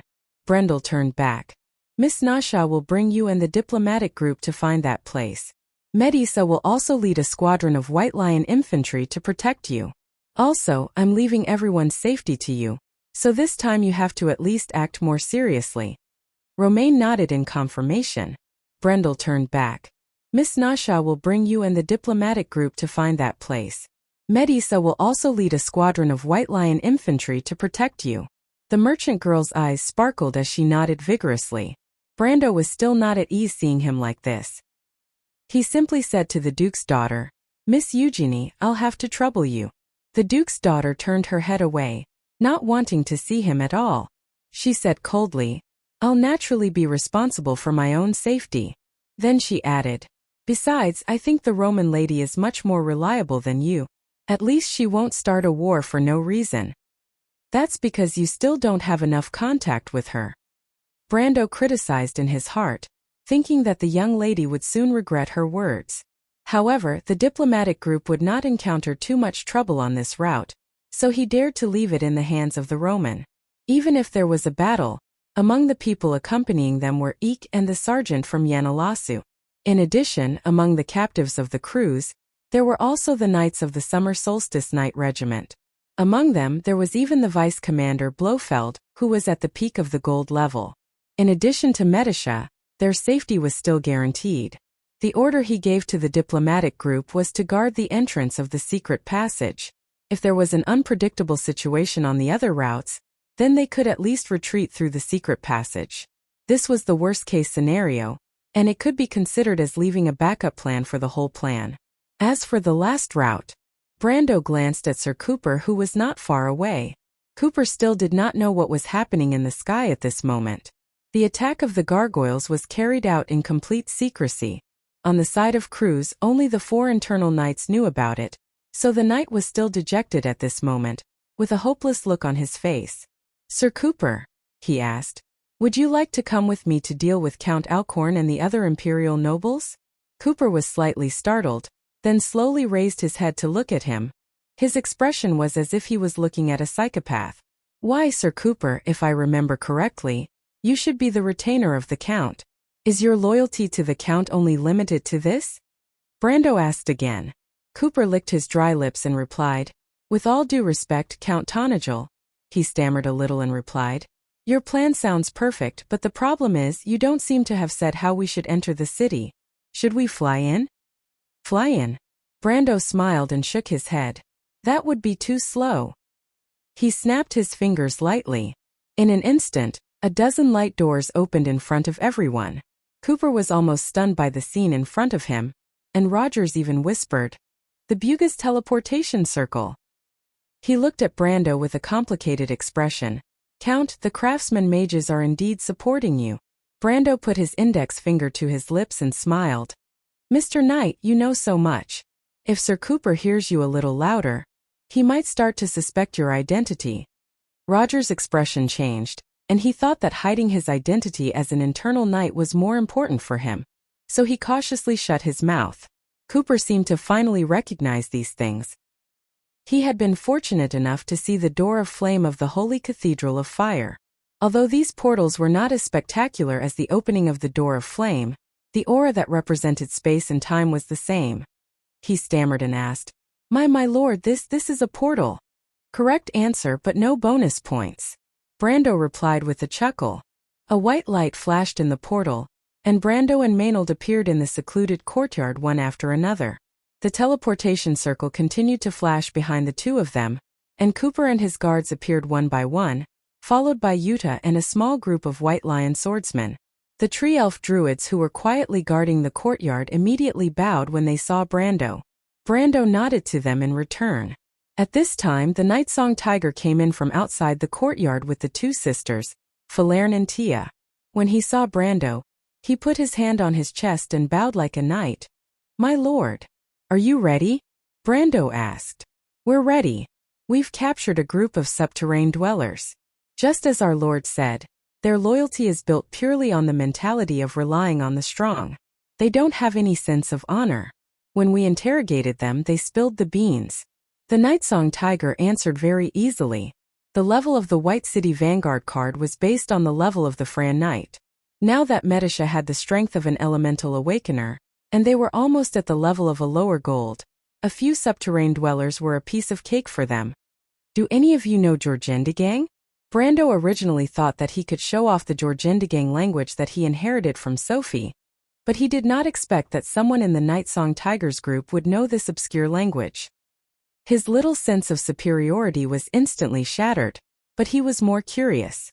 In the whole of Wonde, other than the dwarves in the mountains, there was not much contact with the underground inhabitants of Jorgendigang. Due to the isolation of the beehive, the underground and the surface kingdoms were almost two separate worlds. Furthermore, the Jorgendigang language was derived from the ancient Dwarven language, which was very different from the Cruz language that originated from the Myrna language. Even scholars rarely studied this language. Dia, who was standing beside Falerne, was all smiles. She opened her mouth and said a lot of strange words to him. Brendel almost jumped out of his skin when he heard it. Isn't Dia speaking Georgian Gao Gen? She also had a strong subterranean dweller accent, which made him think, "That's right, that's the smell." He almost couldn't resist the urge to ask the little girl if her family knew that Xiao could speak Ganges so well. However, when he looked at the stern-faced Falerne beside him, he couldn't bring himself to ask. Most likely they knew. Secondly, he wanted to make fun of Dia. If Falerne lost her temper later, he wouldn't be able to handle it. In the end, Brando could only ask in surprise, "Tia, when did you learn Jorgendigang language?" "Tajev taught me," the wild elf answered proudly. "Isn't that awesome, Brother Brando?" "Very good." Brendel was not stingy with his praise, causing the latter to chuckle. After chatting for a while, Brando asked the Night Song Tiger, "What did they say?" "I've told you everything I can. As you've guessed, the Lord of the Shader Dwellers is Temu. He lives in the north of here. These blind people don't know the way, so I've deduced from their descriptions. There are some other places to refer to. The street is very wide, and there's a square with a fountain in the middle. TMU is stationed there." The Night Song Tiger pondered for a moment, as if he was organizing his words, then answered cautiously. Brando looked at Cooper, who had yet to recover from the teleportation. It was not until Brando patted him on the shoulder that the Night Song Tiger asked, "What's wrong?" The Night Song Tiger had no choice but to repeat it again. This time Cooper finally understood. "I know that place. It's called St. Shangda's Square. There's an inn called the Silver Bell there. I once stopped there when I passed by Greystone Town. It seems that it's the central area of the city," Brando said. "Our subterranean dwellers are quite good at picking places." Cooper was a little surprised. "Isn't this your first time in the Empire, Count?" Brando smiled. "The central area of the city is surrounded by the most prosperous areas of the city. Why would my lord stay in a secluded alley?" Cooper was enlightened. "Since you know that place, I'll have to trouble you to lead the way." Brando looked at the dark sky and reminded the Night Song Tiger. The Harpies would change shifts every hour or two, which meant that the residents of Georgandy Ridge would sooner or later discover that they were under attack. Although there was still plenty of time, it was not the time for idle chatter. Cooper was a little hesitant. He looked left and right and found that other than the druids in the courtyard, Brando's entourage was only the small group behind him and the Night Song Tiger. Although he thought that Tia and Falerne were at most mates and there might be a few more outside the door, it was still a little too little. He could not help but show a bitter expression. "With all due respect, Count Brando, isn't it a little too rash for us to ambush the Lord of Georgandy Ridge with just a few people? Is it still a surprise attack when there are so many of us?" The Night Song Tiger replied with some disdain. Brando was not surprised by the nature of these nobles.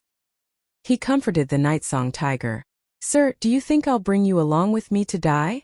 Cooper thought for a while and felt that it was more likely that Brando would send him to his death, and there was no reason for him to die with him. He also remembered that the Count of Erewhon had a good reputation. Before this, he had personally asked his comrades who were captured by Brando.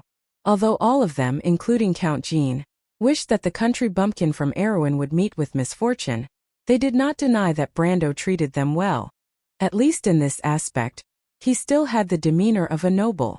Thinking of this, Sir Cooper felt that he had grasped onto a life-saving straw, or rather a calming pill. He hesitantly nodded to Brando. Although St. Shangda Square was located in the most prosperous area in the center of Greystone Town, it did not refer to the geometrical center of the town. After 2 or 3 expansions, the town had long exceeded the boundaries of the city walls. In the hinterland of the empire where the fires of war had not been burned all year round, such a situation was very common. St. Shangda Square was located in the heart of the old town. The 5 main streets that led to the 5 gates of Greystone Town converged here, forming a large open-air square. Surrounding the square were shops, hostels, local chambers of commerce, and a series of tall buildings. Of course, the most majestic building under the night sky was the temple of the god of pottery, Kalidas. However, the god of pottery was extremely unlucky. Last time in Buchi, the undead of Madara only managed to destroy one wall of his temple. Now this group of subterranean dwellers had directly used the temple as an army camp. Brando and his entourage hid behind a wall next to a nearby shop. When the Nightsong Tiger saw this scene, he could not help but twitch his mouth and said, "Although these subterranean dwellers are blind, they can still differentiate between good and bad. They actually used the temple as a place for them to eat, drink, and defecate." Although this was the era of mortals, and the gods had left Wone for thousands of years, and the Dark Dragon and the 4 sages had established a new order on the earth, the people of Martha had never forgotten the gods' favor in the ancient times. Many people still believed that the gods would one day return to Wone. The monks of the Holy Cathedral of Fire were devout believers of Martha, and did not intend to stop this saying. Moreover, the divine spells of the priests had never failed, which proved that the protectors of order were still responding to the call of their people. This saying was very popular in the countryside, especially in the south of Cruz and Erewhon. Poor Sir Cooper was such a devout believer, and when he heard the Nightsong Tiger's blasphemous words, his face turned pale. However, he did not dare to say that the Nightsong Tiger was wrong, because even in his opinion, these damned subterranean dwellers had gone too far. There was a fountain in the middle of St. Shangda's Square, and the statue in the fountain was said to be a full-body portrait of the local founder, Mr. Shangda. Unfortunately, the statue had fallen from its pedestal and was smashed into pieces. There were 2 razor boars next to the statue, drinking from the fountain. Not far from them, their tamers, more than 10 purple-colored, long-maned subterranean dwellers, were either standing or sitting on the marble steps of the Holy Cathedral. They were communicating in a language that most of the people present did not understand. How vulgar! Even Brando could not help but shake his head. The subterranean dwellers were not civilized, and they only believed in the mysterious spirits of the dark caves. It was unrealistic to expect them to maintain basic respect for Cruz's history and culture. He pointed to the rooftops of the nearby buildings and said, "Tia Falerne, you 2 take care of these noisy things." He was referring to the harpies on the rooftops. There were a total of 7 harpies monitoring the entire square from the top of the Chamber of Commerce and the Noble Assembly. They were especially alert in the dark, constantly leaping up and down, attacking each other and making shrill noises. It was very annoying. "No problem," Falerne replied, and Tia nodded firmly. Brando then pointed to the subterranean dwellers at the entrance of the Holy Cathedral and said, "Yuta, I'll leave these to you. There's a total of 18 rats.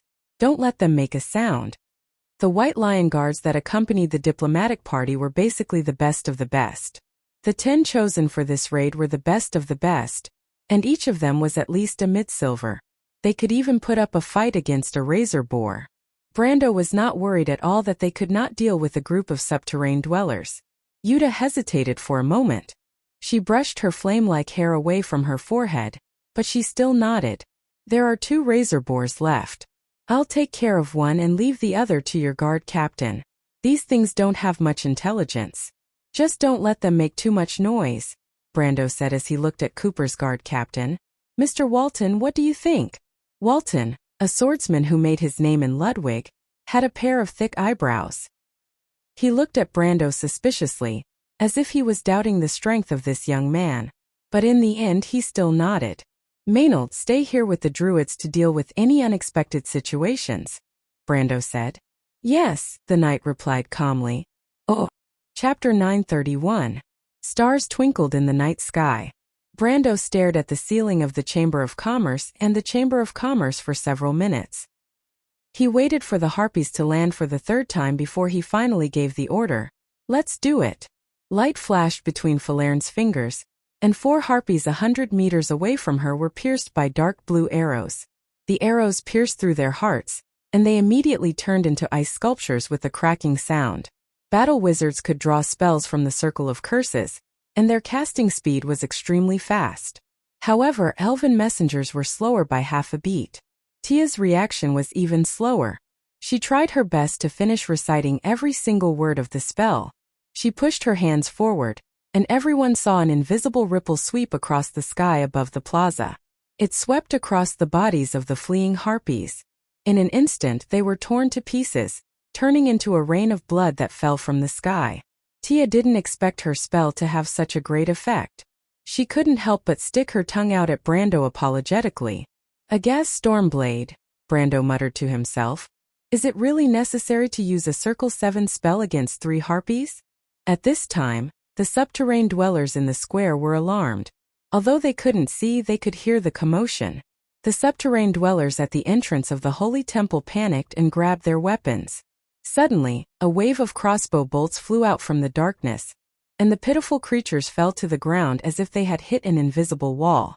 The remaining 3 or 4 subterranean dwellers didn't even have time to react before the White Lion guards pierced through their hearts with swords. The next unlucky ones were the patrol team.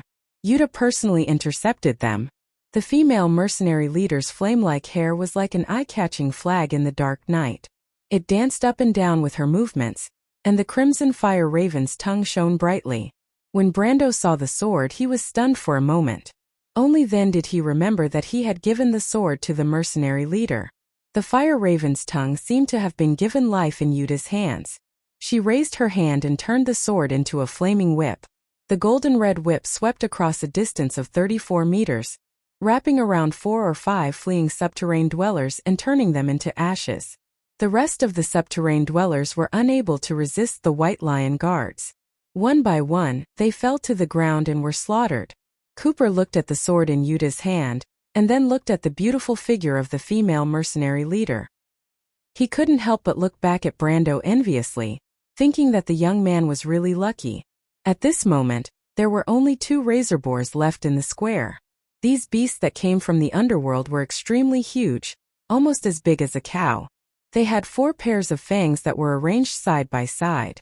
Each pair was more than half a meter long, just like a sharp snow-white scimitar. That was how the name razor boars came about. After the Chadre cavemen domesticated them, they put on metal masks and eye masks, further reducing their weaknesses.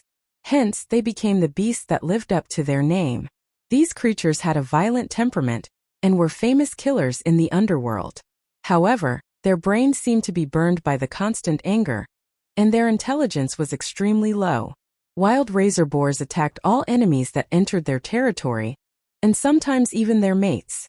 Even after they were domesticated, their only target was their tamer.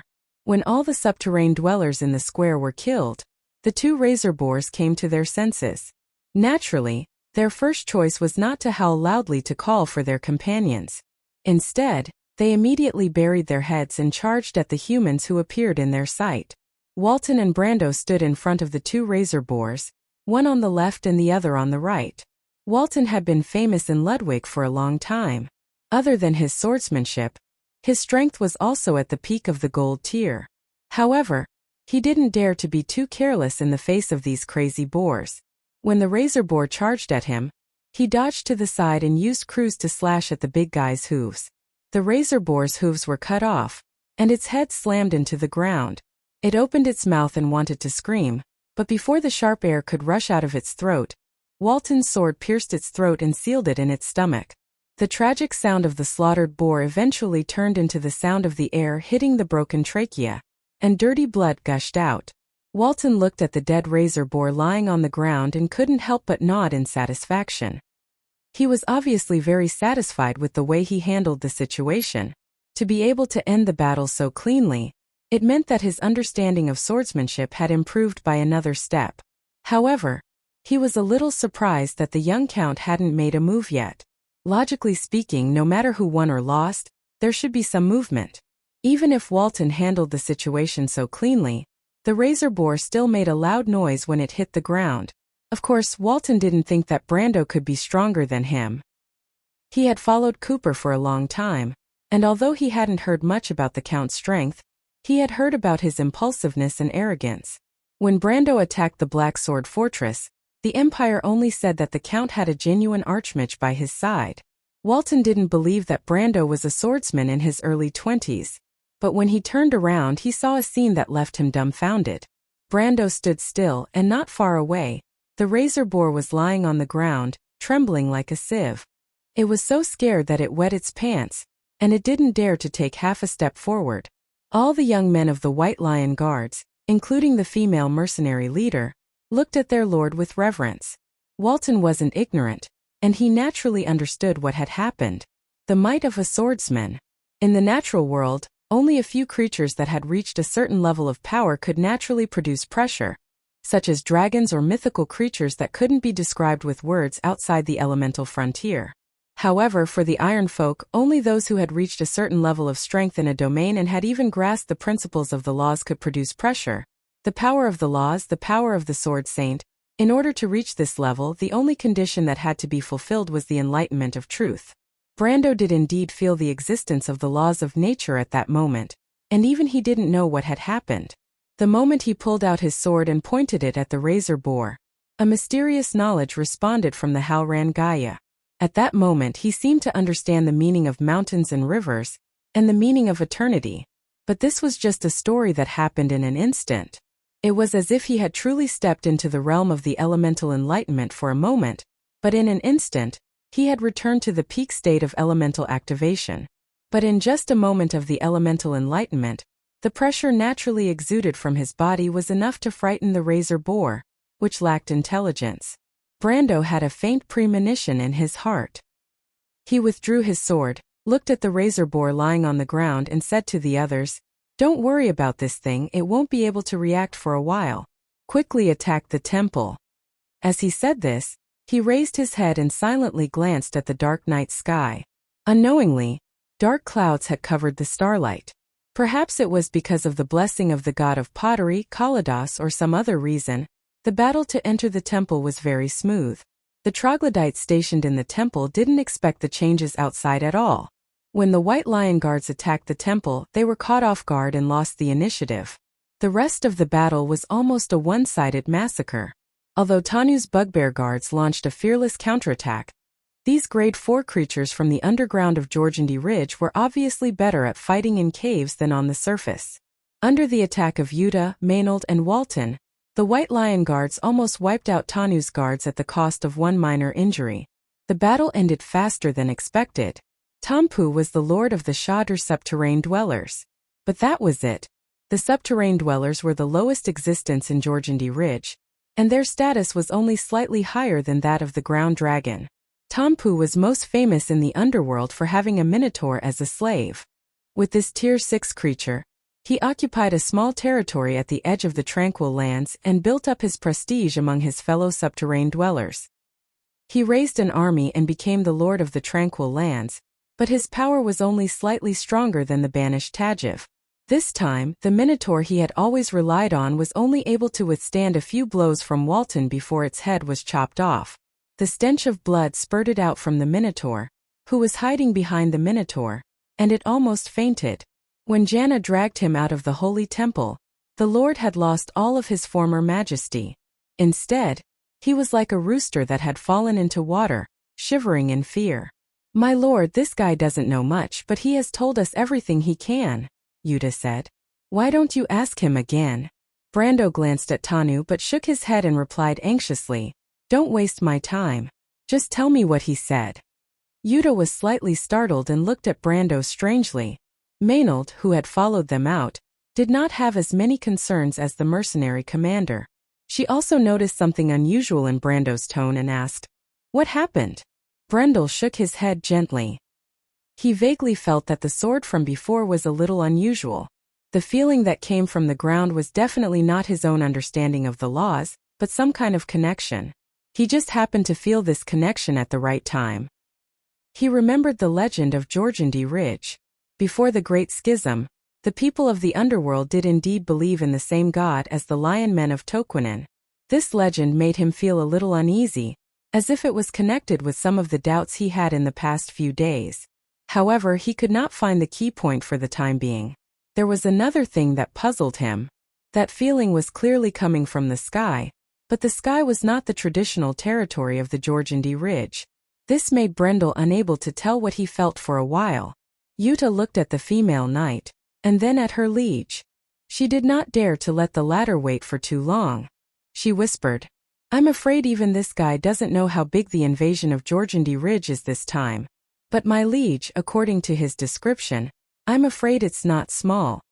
This was within Brendel's expectations, and Janna's words only confirmed his conjecture. Brendel threw away the messy thoughts in his mind and cleared his mind.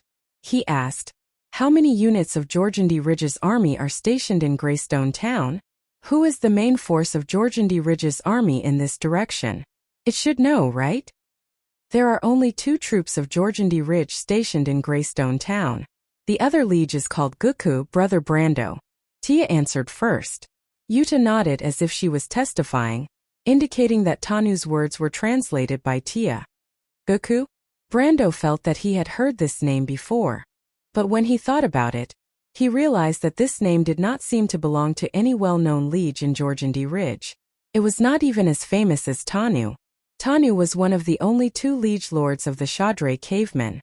In addition to his Minotaur slaves, he was somewhat famous in this regard. What made him feel strange was that, theoretically speaking, a lord that he had heard of would definitely not be unknown. Brando could not help but wonder if his memory was wrong.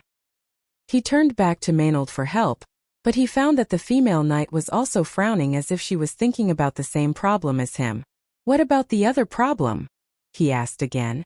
"The liege who is now marching toward Azaf seems to be a guy called Moksha. But this guy can't explain it clearly. He's really useless." Tia glanced at Tanu and replied, "Moksha." Brando was slightly startled. "So it's him, the king of the lizard men. He is considered a lord second only to Geralt and Medusa. If he is the commander of Jorgendi Ridge's attack on Azaf, then the forces of Jorgendi Ridge invading the surface world this time will not be too small. At least there must be a real king of the underground in the south." The wild elf sister smiled and replied, "Brother Brando, you guessed right. The Jorgendi Ridge army that is attacking Rokizi, the Broken Sword Mountain Fortress group, is the army from the Venom Swamp. The Medusa Queen." Brando immediately reacted, but he was not too nervous. After all, it was the Empire that was in trouble now, and it had nothing to do with him. No matter how powerful the Medusa Queen was, it was impossible for her to turn north from Rokizi Plateau to cause trouble for him. He asked a few more questions and Tia answered them one by one. But as Yuta said, Tanu knew very little. He did not even know the real reason why Jorgendi Ridge invaded the surface world. As for why he appeared here, it was because he was forced to participate in the war by a more powerful lord. This was a common occurrence in the Underdark, and Brando was not surprised. In the end, Brando asked about the whereabouts of Count Alcorn and his men. These unlucky imperial nobles were locked in the underground tomb of the Holy Cathedral by Tanu. At this moment, Sir Cooper had led his men to rescue them. But it was conceivable that the cavemen did not have the superfluous bearing of nobles. It was almost imaginable what would happen to Count Alcorn and his men if they fell into their hands. Even if they did not die, they would probably lose a layer of skin. Speaking of this matter, Brando could not help but think maliciously that if the Count had known about this earlier, he might have taken the initiative to surrender to him, and would rather be a captive of Erwin's men. At the same time, Tia's description of the crew's nobles' encounter also confirmed another premonition in Brando's heart. The fact that the Shadr cavemen did not value these crew's captives meant that they were not targeting Count Alcorn at all. In other words, the Count was captured by these cavemen on the way. However, Brando did not have time to sigh for the unlucky Count at this moment. He immediately looked at Maynard and asked, "Did you find that thing?" Maynard nodded. Then she took out an item. The item in her palm was not even the size of her palm. It was a bit like an enlarged platinum coin. This kind of gold coin was widely used in the Fanzon area.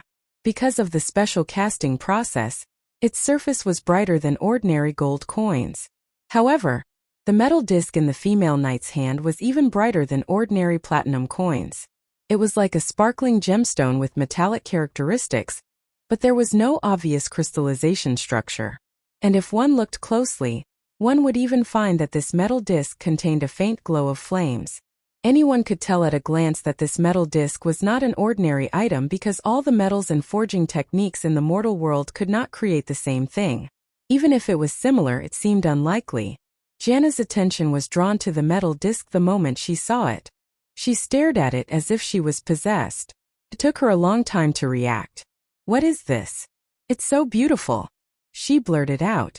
Brando heard this sentence and could not help but smile bitterly. Such an item in Yuta's eyes was only beautiful, but for anyone who had ever seen it, it was the most precious treasure in the world. Wand had two things that mortals could not touch. The first was fate and the second was the law. But Martha finally gave mortals the power to change everything. The master of fate lies in the amber key, and all the whispers between heaven and earth are recorded on the stone tablet. Pale Poem Verse 4 Paragraph 3. P.S. Silly Miss, also I beg for monthly votes. Everyone, seeing that I'm working so hard today, I hope you won't be stingy with your votes. Chapter 933. Looking down from the sky, the entire city was immersed in darkness. In the North City, there were still shadows of subterranean dwellers moving around, but the center of the old city was dead silent. Looking further south, there was a group of people moving quickly along the streets without any lights. "Faster! Don't give them a chance to react." Medisa took the lead. She was like a silver flame that swept across the street. The patrolling subterranean dwellers that were blocking the road immediately fled in all directions.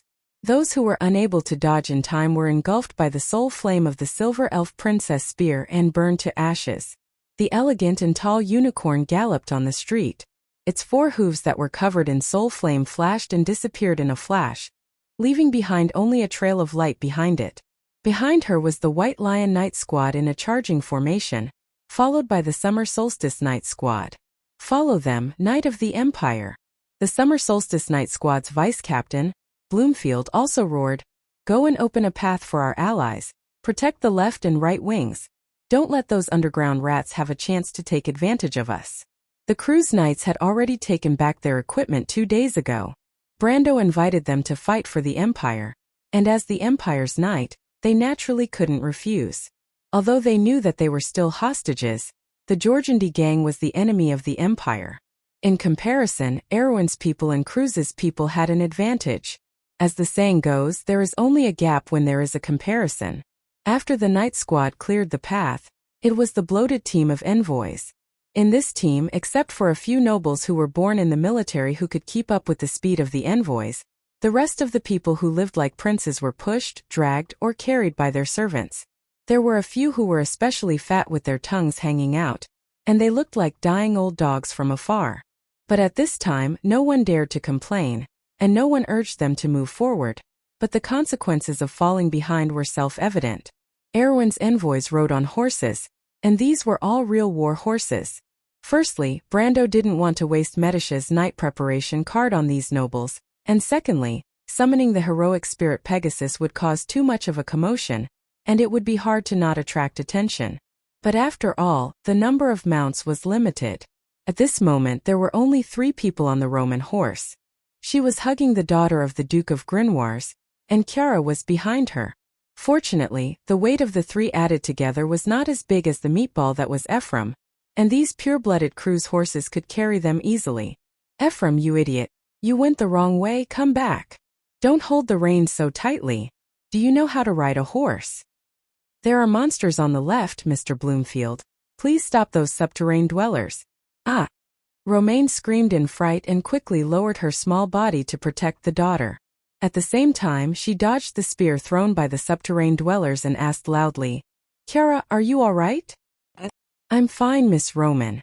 The representative of House Cypher, the eldest son's sister, was so scared that her face turned pale. The spear almost flew past her nose, but she let out a soft sigh and calmed down immediately. There was only excitement left in her light blue eyes. "Miss Roman, there's a subterranean dweller over there, quick. Let's go take a look." The book said that when these monsters are alive, their skin can change color according to the environment, just like a chameleon. But I've never seen one before. "Okay," Roman replied with great interest when he heard this. No. The only normal person among the three, the daughter of Grimoires, Judith, was so scared that she cried out, "Sister Roman, Sister Chiara, let's run woo." Romaine was in a dilemma. On one hand, Chiara's words made her curious, and on the other hand, Judith's tears made her flustered. She thought for a moment and finally came up with a perfect answer. "Princess Magadol, Eugenie, come and help me." The Duke's daughter was sitting behind Marjorie. When she saw this scene, how could she not know that the young lady had suddenly come up with a strange idea? She snorted coldly and said, "Please conduct yourself with dignity, Miss Roman. Have you forgotten the commander's words?" As for Princess Magadol, the latter smiled at her and shook her head. The Roman seemed to have just remembered Brando's instructions, and immediately showed a dejected expression. Chiara, on the other hand, had a displeased look on her face. "That hateful fellow. Then let's just say that he owes us 2 live subterranean dwellers, 1 for each of us. The Count's debt is quite bizarre." Eek couldn't help but say to Marjorie when he heard this. The officer from Janalesu nodded in agreement. Although the diplomatic party was noisy, Romaine had the demeanor of a leader of a merchant party. She managed to keep the bloated group in order. At least under her reminder, no one was left behind, and there were no accidents. Of course, the only thing that troubled the vice-commander of the Shia Solstice Night Regiment, Bloomfield, was that the young lady's orders would be better. She wouldn't mix in the slang of merchants in 2 or 3 sentences. How could a knight like him understand such things? The group moved forward, getting closer and closer to their destination. Finally, after turning the last corner, the conspicuous sign of Romaine's compass with 4 arrows appeared in everyone's eyes. "We're here." The Knight Nasha couldn't help but cheer. Medisha immediately raised her left hand and stopped everyone. "Squads 1 to 8, spread out and find cover." "Commander Bloomfield, get your men to find cover." "Miss Roman, get the diplomatic party to hide in the house." "What's wrong?" Nasha was slightly taken aback and looked at the fairy princess in confusion. She didn't understand the meaning of her order. Bloomfield also looked over with a puzzled expression. Only the Roman looked at Medisha and immediately ordered the nobles behind her. "Quick, quick, hide in the house." In fact, the nobles at the back hadn't turned the corner and didn't know what was happening in front of them. But they were already used to the strange orders of the merchant lady. No matter how ridiculous these orders sounded, they were always useful. For example, she ordered the party to stop for no reason and avoid the ambush of the subterranean dwellers. Or she said that they were going to the left to go to the right to avoid the subterranean dwellers. It was as if there was a halo of miraculous luck that enveloped this young lady. They were already used to it. Now that the Roman gave the order, the nobles rushed into the buildings on both sides as if it was a conditioned reflex. They were so uniform that it was as if they had been rehearsed many times. It was shocking. Fortunately, the owners of these houses had fled Greystone Town before the war, so there weren't any unnecessary disputes. Bloomfield saw this scene and felt a little apprehensive. But the commander of the Solstice Knights also expressed his admiration for the Roman lady's halo. Even though he was skeptical, he still ordered his subordinates to find cover. Everyone hid in the shadows on both sides of the street. Moments later, Medisha suddenly looked up at the night sky. Following her gaze, Bloomfield and Nasha also looked up. The nobles hiding in the houses also looked up at the narrow sky above the street. Enslova's clear night sky was filled with twinkling stars. A few sparse clouds floated in the distance. The proud moon gradually disappeared into the clouds, casting a shadow on the ground. The surroundings seemed to have become unusually quiet. "What is that sound?" Internal Court Knight Nasha suddenly asked uneasily, Did I hear wrong? Bloomfield, the vice commander of the Solstice Knights, shook his head. He also heard it. The sound of the wind below the clouds. In Anzaruda's winter, there was a land and sea breeze that blew from the floating cloud hill to the supreme inland sea. When the wind swept through the pine forest in the vast wilderness of Anslova, it would make the sound of pines rustling. This sound echoed in the silent night like a poem and a song. But at this moment, this long poem between heaven and earth seemed to be recited by another voice. This voice gradually became louder and louder, as if a lunatic with a red face was shouting at the top of his lungs. The sound of the wind gradually became a roar as it swept across the entire hill. The nobles and knights who were hiding on both sides of the street were dumbfounded as they watched the airflow in the night sky become visible to the naked eye in an instant. Along with the sharp whistling sound, there were sounds of things being thrown to the ground and broken into pieces. When these sounds gathered together, it was like the omen before the end of the world. It was bewitching. In an instant, Metasha narrowed her eyes. Everyone who raised their heads to look at the sky like her saw a huge shadow pass through the clouds like a fish. It swept across the sky above Greystone Town, and what followed was an unparalleled power that pressed down from the sky. Clang!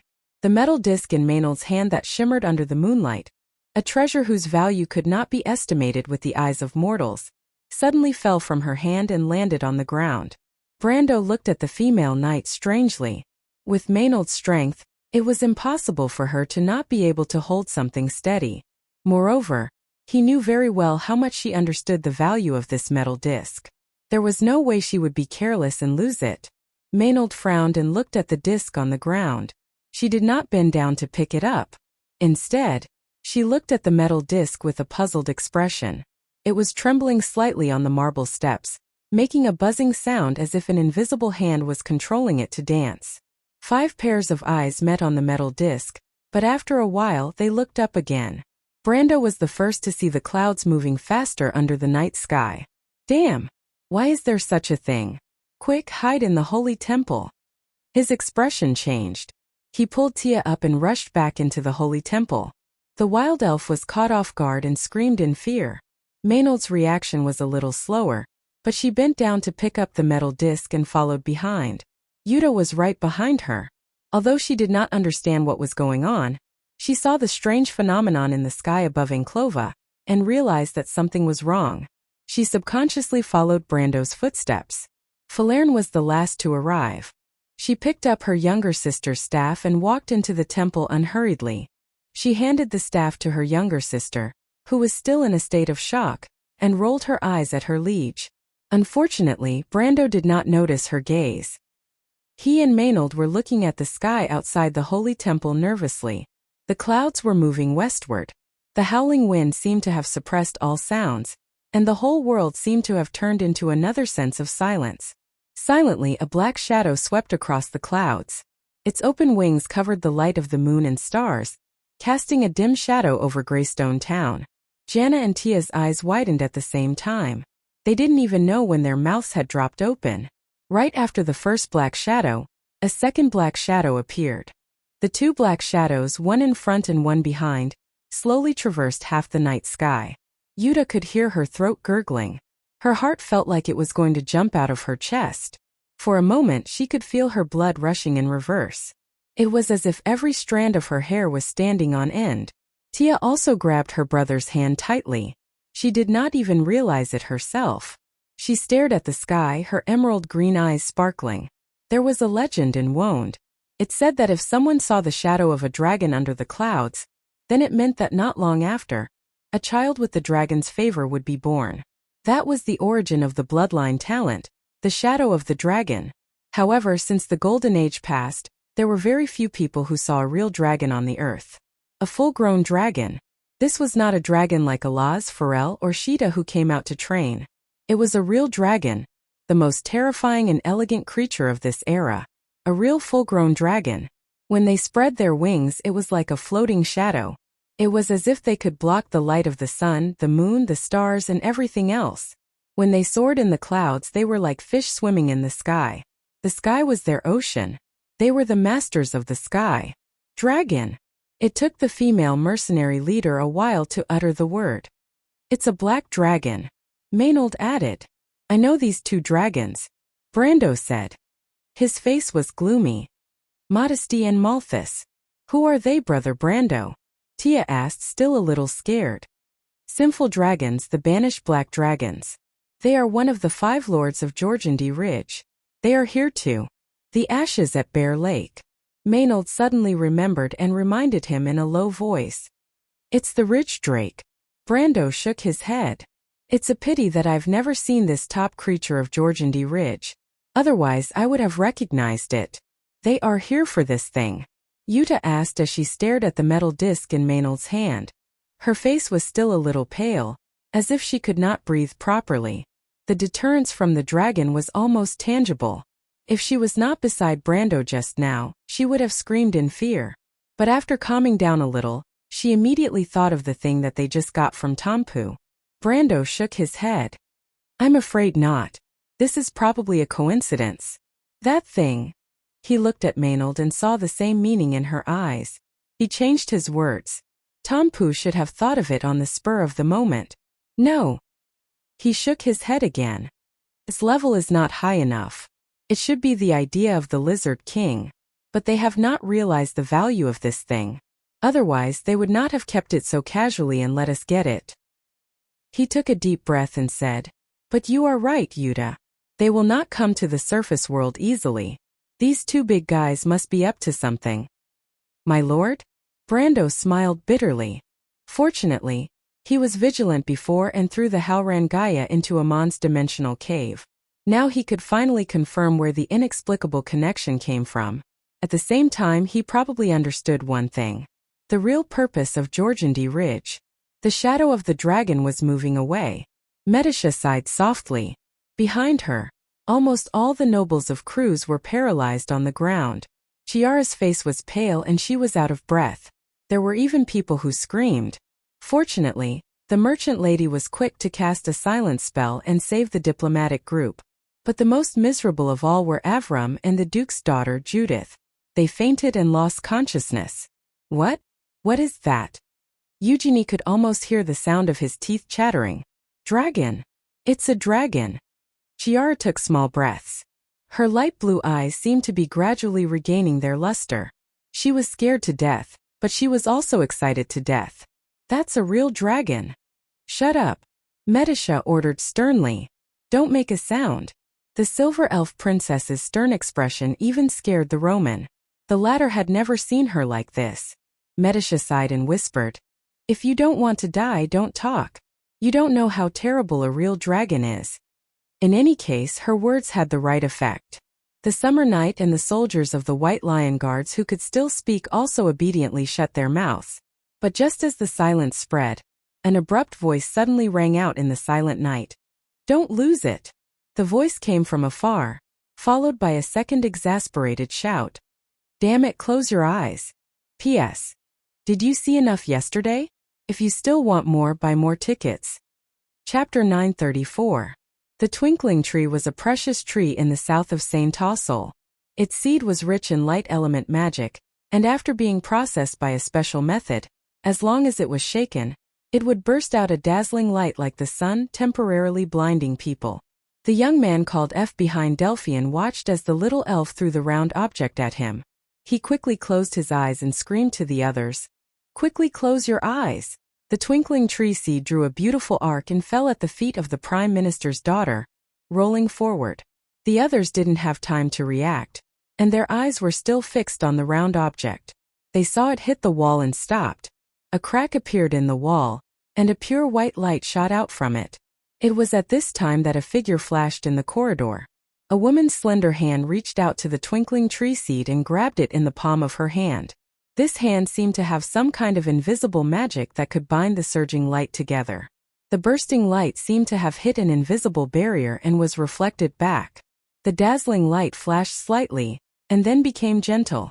All the light seemed to have gathered into a warm ball of light, and was firmly controlled by this hand within a very small range. Everyone stared at the scene with their mouths agape. F was the only one who closed his eyes. He didn't hear any sound for a long time, so he couldn't help but open half of his eyes. He saw this strange scene. A woman with silver hair, wearing a white robe and holding a ball of light in her hand, was standing in the middle of the corridor. The ball of light floated in the air, and the light above reflected the cold expression on this woman's face. She was very tall, even taller than many human males. Her pair of eyes seemed to be made of pure silver, shining brightly. The light of the ball of light was slowly dissipating in her hand. Before returning to darkness, this woman turned her head and fiercely glared at the little elf. The little elf was not afraid of anything, but this glare made her heart beat like a drum. She was full of grievances, and in the end, she pouted her little mouth with tears in her eyes. "If you don't want to die, quickly leave this place." The woman in the white robe coldly looked around at everyone and opened her mouth. Her voice was somewhat hoarse and deep. "Who are you?" Delphian asked cautiously. "May I ask what is the meaning of this?" The sudden appearance of this woman shocked everyone present. To be able to restrain the blossoming light in the palm of her hand, how powerful was her control over the light element. If the previous scene was an illusion, then at this moment, the ball of light in her palm was transforming into specks of light that dissipated into the darkness. Just this ability alone was enough to make everyone present unable to resist. The white-robed woman glanced at the ceiling and shook her head anxiously. She seemed to be suppressing something as she said, "Idiots, leave quickly. I don't have time to explain it to you." Delphian still wanted to say something, but she suddenly felt as if her heart had been pricked by a needle, causing her to involuntarily take a step back. She raised her head and looked at the woman in front of her in surprise. A sense of helplessness and fear rose in everyone's hearts at that moment. The two bodyguards of the Prime Minister's daughter fell to the ground with a thump and shouted, "Madam, are you going to kill us?" But at this time, the only one who was not affected, Xianni, suddenly flew up and grabbed the cloak by the back of the elf's neck and pulled her back with all her might. At the same time she screamed, "Little elf, run! She's a dragon!" Everyone could see that the woman's eyes gradually turned into a flowing mercury-like color, and slender silver scales gradually appeared on her forehead. Dong! The wooden house seemed to have been hit by a violent gust of wind, and suddenly the whole house shook. Outside of Rove's compass, the envoys hiding on both sides of the street could see even more clearly. A huge monster was descending from the sky, flapping its shadowy wings. Every time it flapped its wings, the wind was like a storm, sweeping across the sky above Greystone Town. The temperature rose steadily, and the turbulence formed by the air carried scattered sparks. Once the sparks landed on the roof, they would rise into a raging inferno. Everyone felt as if a distant scream rose in their hearts. This scream came from the distant darkness, piercing straight into the depths of their souls. Everyone's hearts contracted due to excessive nervousness, and blood flowed from all parts of their bodies. Their vision gradually turned pitch black from all sides to the center. They opened their mouths wide like fish out of water, and the weaker ones directly fainted. Kiera only pressed on her chest, and a flush of color surged on her pale face. She stared at this scene closely, as if afraid that she would miss a single detail. It was a huge dragon descending from the clouds. It flapped its wings and hovered above Greystone Town. Its pitch-black eyes were like a pair of dull graphite balls, looking down at the world with indifference. It coldly stared at the city, but it gave people the illusion that this pair of terrifying eyes was looking down at them from above. This huge monster was almost half the size of the town, and the flowing flames under its wings were like a cloud of fire. The turbulence carried specks of golden light, and after the fragmented light descended, the entire area was plunged into a sea of fire. The streets were burning, creaking and groaning. "Medisha, are we going to die? Medisha, Medisha, is it coming to eat us? Medisha, will Brando come to save us? Will Brando be eaten too? Forget it, the Roman doesn't need Brando to save us. Brando, run! Run as far as you can!" Romaine was scared out of her wits, and Medisha bit her lower lip as she stared at this scene. Beside her, Nasha had already fainted, Yenid was hugging herself in tears, and Dilfrey was hiding in the embrace of her cowgirl knight. Eek was trembling as she unsheathed her sword, and Marjorie was guarding the Duke's daughter. Out of everyone, only the nun Princess Magadol was unaffected, and even she felt that it was a little strange. The Silver Elf Princess was like a taut bowstring, ready to fight to the death at any time, but at this moment she let out a soft gasp. Another aura was rising from Rov's compass. It was weak at first, like a candle in the wind, but it grew rapidly, and in an instant, it was able to match the aura descending from the sky. From bottom to top, it actually pushed back the aura of the black dragon that occupied the sky. I didn't expect you to be hiding here, Mithril. In midair, a thunderous voice rumbled with contempt and a hint of mockery, like a cat playing with a mouse. Obsidian. An angry voice resounded throughout Greystone Town. The source of the voice came from Rov's compass, the small wooden house that was drifting in the wind. The wooden house seemed to be under an unimaginable pressure, and it was creaking. Its wooden walls, floor, door, and windows were all trembling, as if it would fall apart at any time. The aura of the white-robed woman was exploding uncontrollably. She looked at the others with pity, and tried her best to suppress the violent energy in her body. With difficulty she reminded them, "Run for your lives." The last syllable of her sentence turned into a distant roar. She stretched her neck and let out a long roar. Silver wings grew out from her back, and her limbs turned into sharp claws covered with fine and solid scales. Her white robe was torn apart inch by inch, revealing the body of a dragon. A tail also grew out from between her legs. When she turned her head again, she had completely taken the form of a dragon. Under everyone's horrified gaze, this silver dragon was rapidly growing. It broke through the corridor, the roof of the wooden house, and stepped on the floor. Everyone in the corridor slid down with the collapsed floor. Delphian screamed and fell down the stairs. The little elf dizzily fell forward and hit her forehead on the door frame. Ouch! She flailed her arms and legs in an attempt to grab hold of something, and ended up grabbing hold of Sydney's tail and dragging her down, screaming. Effie, Solens, and two of Delphine's guards were all grasping at the nearest obstacle, but to no avail. After a sharp groan, Rov's compass was completely torn apart. Bricks and planks, dust and pillars all broke and collapsed, turning into dust and debris. In an instant the place was turned into ruins. Above the ruins a gigantic and elegant creature was spreading its wings. The dust and tiles on its wings fell to the ground like rain. Roman and Kiera looked up in a daze at the pair of wings that blotted out the sky as it rose higher and higher. When the silver curtain was fully spread out, it almost covered a few streets nearby. Both of their mouths were slightly agape. The silver dragon had become incomparably huge, occupying a few streets. Its silver body shone under the moonlight, and its scales seemed to be enveloped by a sacred and inviolable halo. She raised her head and looked at the black dragon in the sky with her mercury-like eyes. Obsidian, I'll ask you one more time. Why did you break your oath and leave Jorgendy Ridge? The woman's cold voice echoed in the sky above Greystone Town.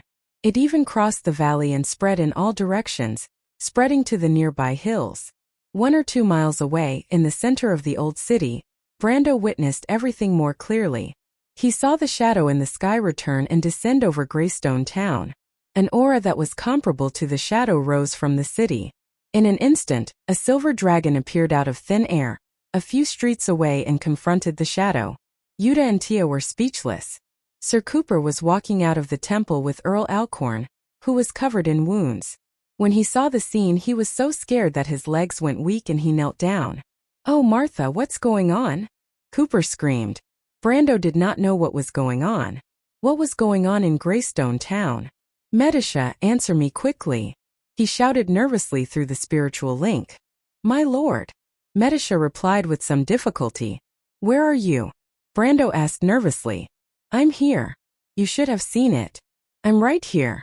Medisha glanced at the scenery outside that mortals might not see once in their lives. Brando was silent for a moment. "Are you all okay?" Fortunately, the target of the two dragons should be each other. We hid well and did not attract their attention for the time being. "Is it Brando?" Brando could sense the Roman voice in Medisha's senses. The silver elf princess waved her hand at her, motioning her not to make a sound.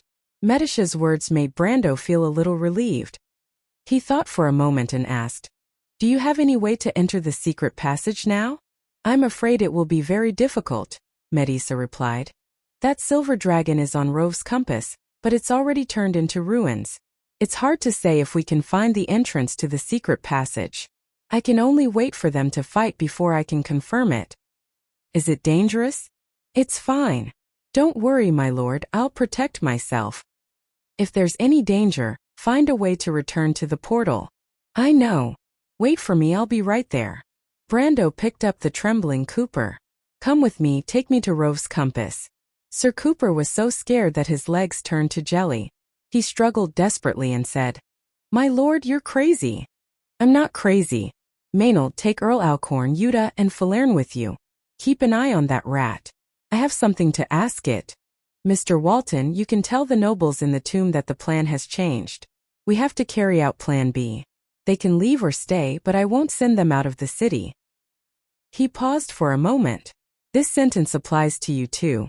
Walton looked at Cooper, who was in Brando's hand, and shook his head helplessly. Do we have a Plan B? The Nightsong Tiger asked in confusion. Now we do. Brando replied. My lord. Medisha helplessly realized that Brando had unilaterally cut off the telepathic connection. She sighed and felt slightly moved. Obsidian, I haven't heard this name for a long time. I used to regret losing it. At this moment, the voice in the sky was still thundering. But Mithril, it's a pity that it's not now. You were so arrogant in Semillion, but now? You're like a stray dog. You shouldn't have appeared. Only death awaits you. Obsidian, it's you who deserve to die. Have you forgotten the sacred agreement? How dare you participate in the war of the mortal world? The three of you are crazy. You've made one mistake after another. Only the harshest punishment awaits you. The silver dragon proudly raised its head and replied coldly. Punishment? Malthus sneered. Who will carry it out? The ancients thought that they could avoid the disaster by living in seclusion. How sad and ridiculous. Me. You? There was a hint of mockery in Malthus's voice. Have you fully recovered, Mithril? Mithril let out a roar and spread her silver wings. The earth trembled slightly as she shot into the sky like an arrow, heading straight for Malthus. The wind pressure produced by the dragon's wings created a terrible storm in half of the town. Everyone in the vicinity was blown away. Rows of houses groaned in the wind. The slightly older buildings were almost uprooted. The loose walls and roofs disintegrated into countless fragments like butterflies in the storm. The two dragons collided in midair. At that moment, the whole sky seemed to be shining with the brilliance of the lines of law. Half of the night sky was densely covered with golden flame patterns, and the other half flashed with layers of overlapping pale silver networks. The two completely different scenes completely enveloped the entire Greystone town and spread in all directions.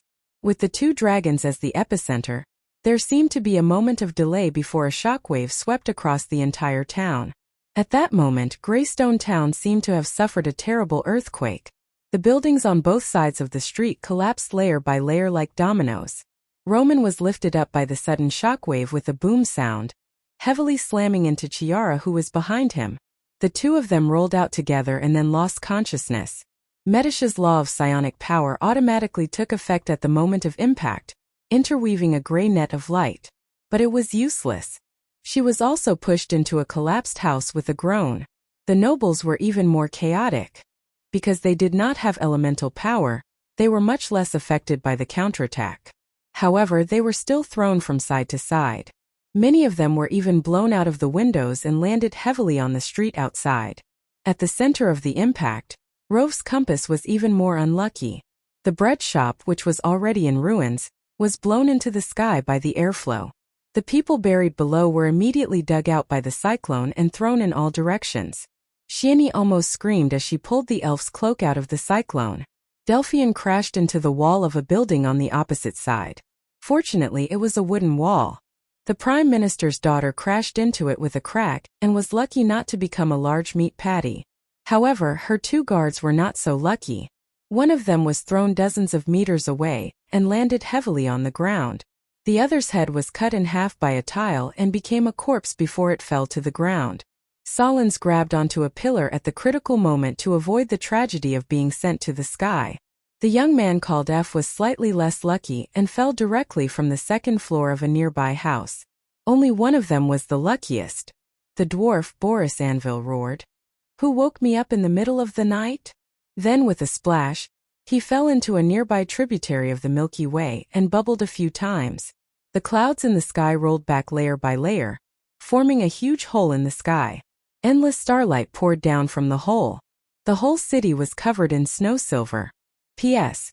Continue to ask for monthly votes. It's almost the end of the month. You know,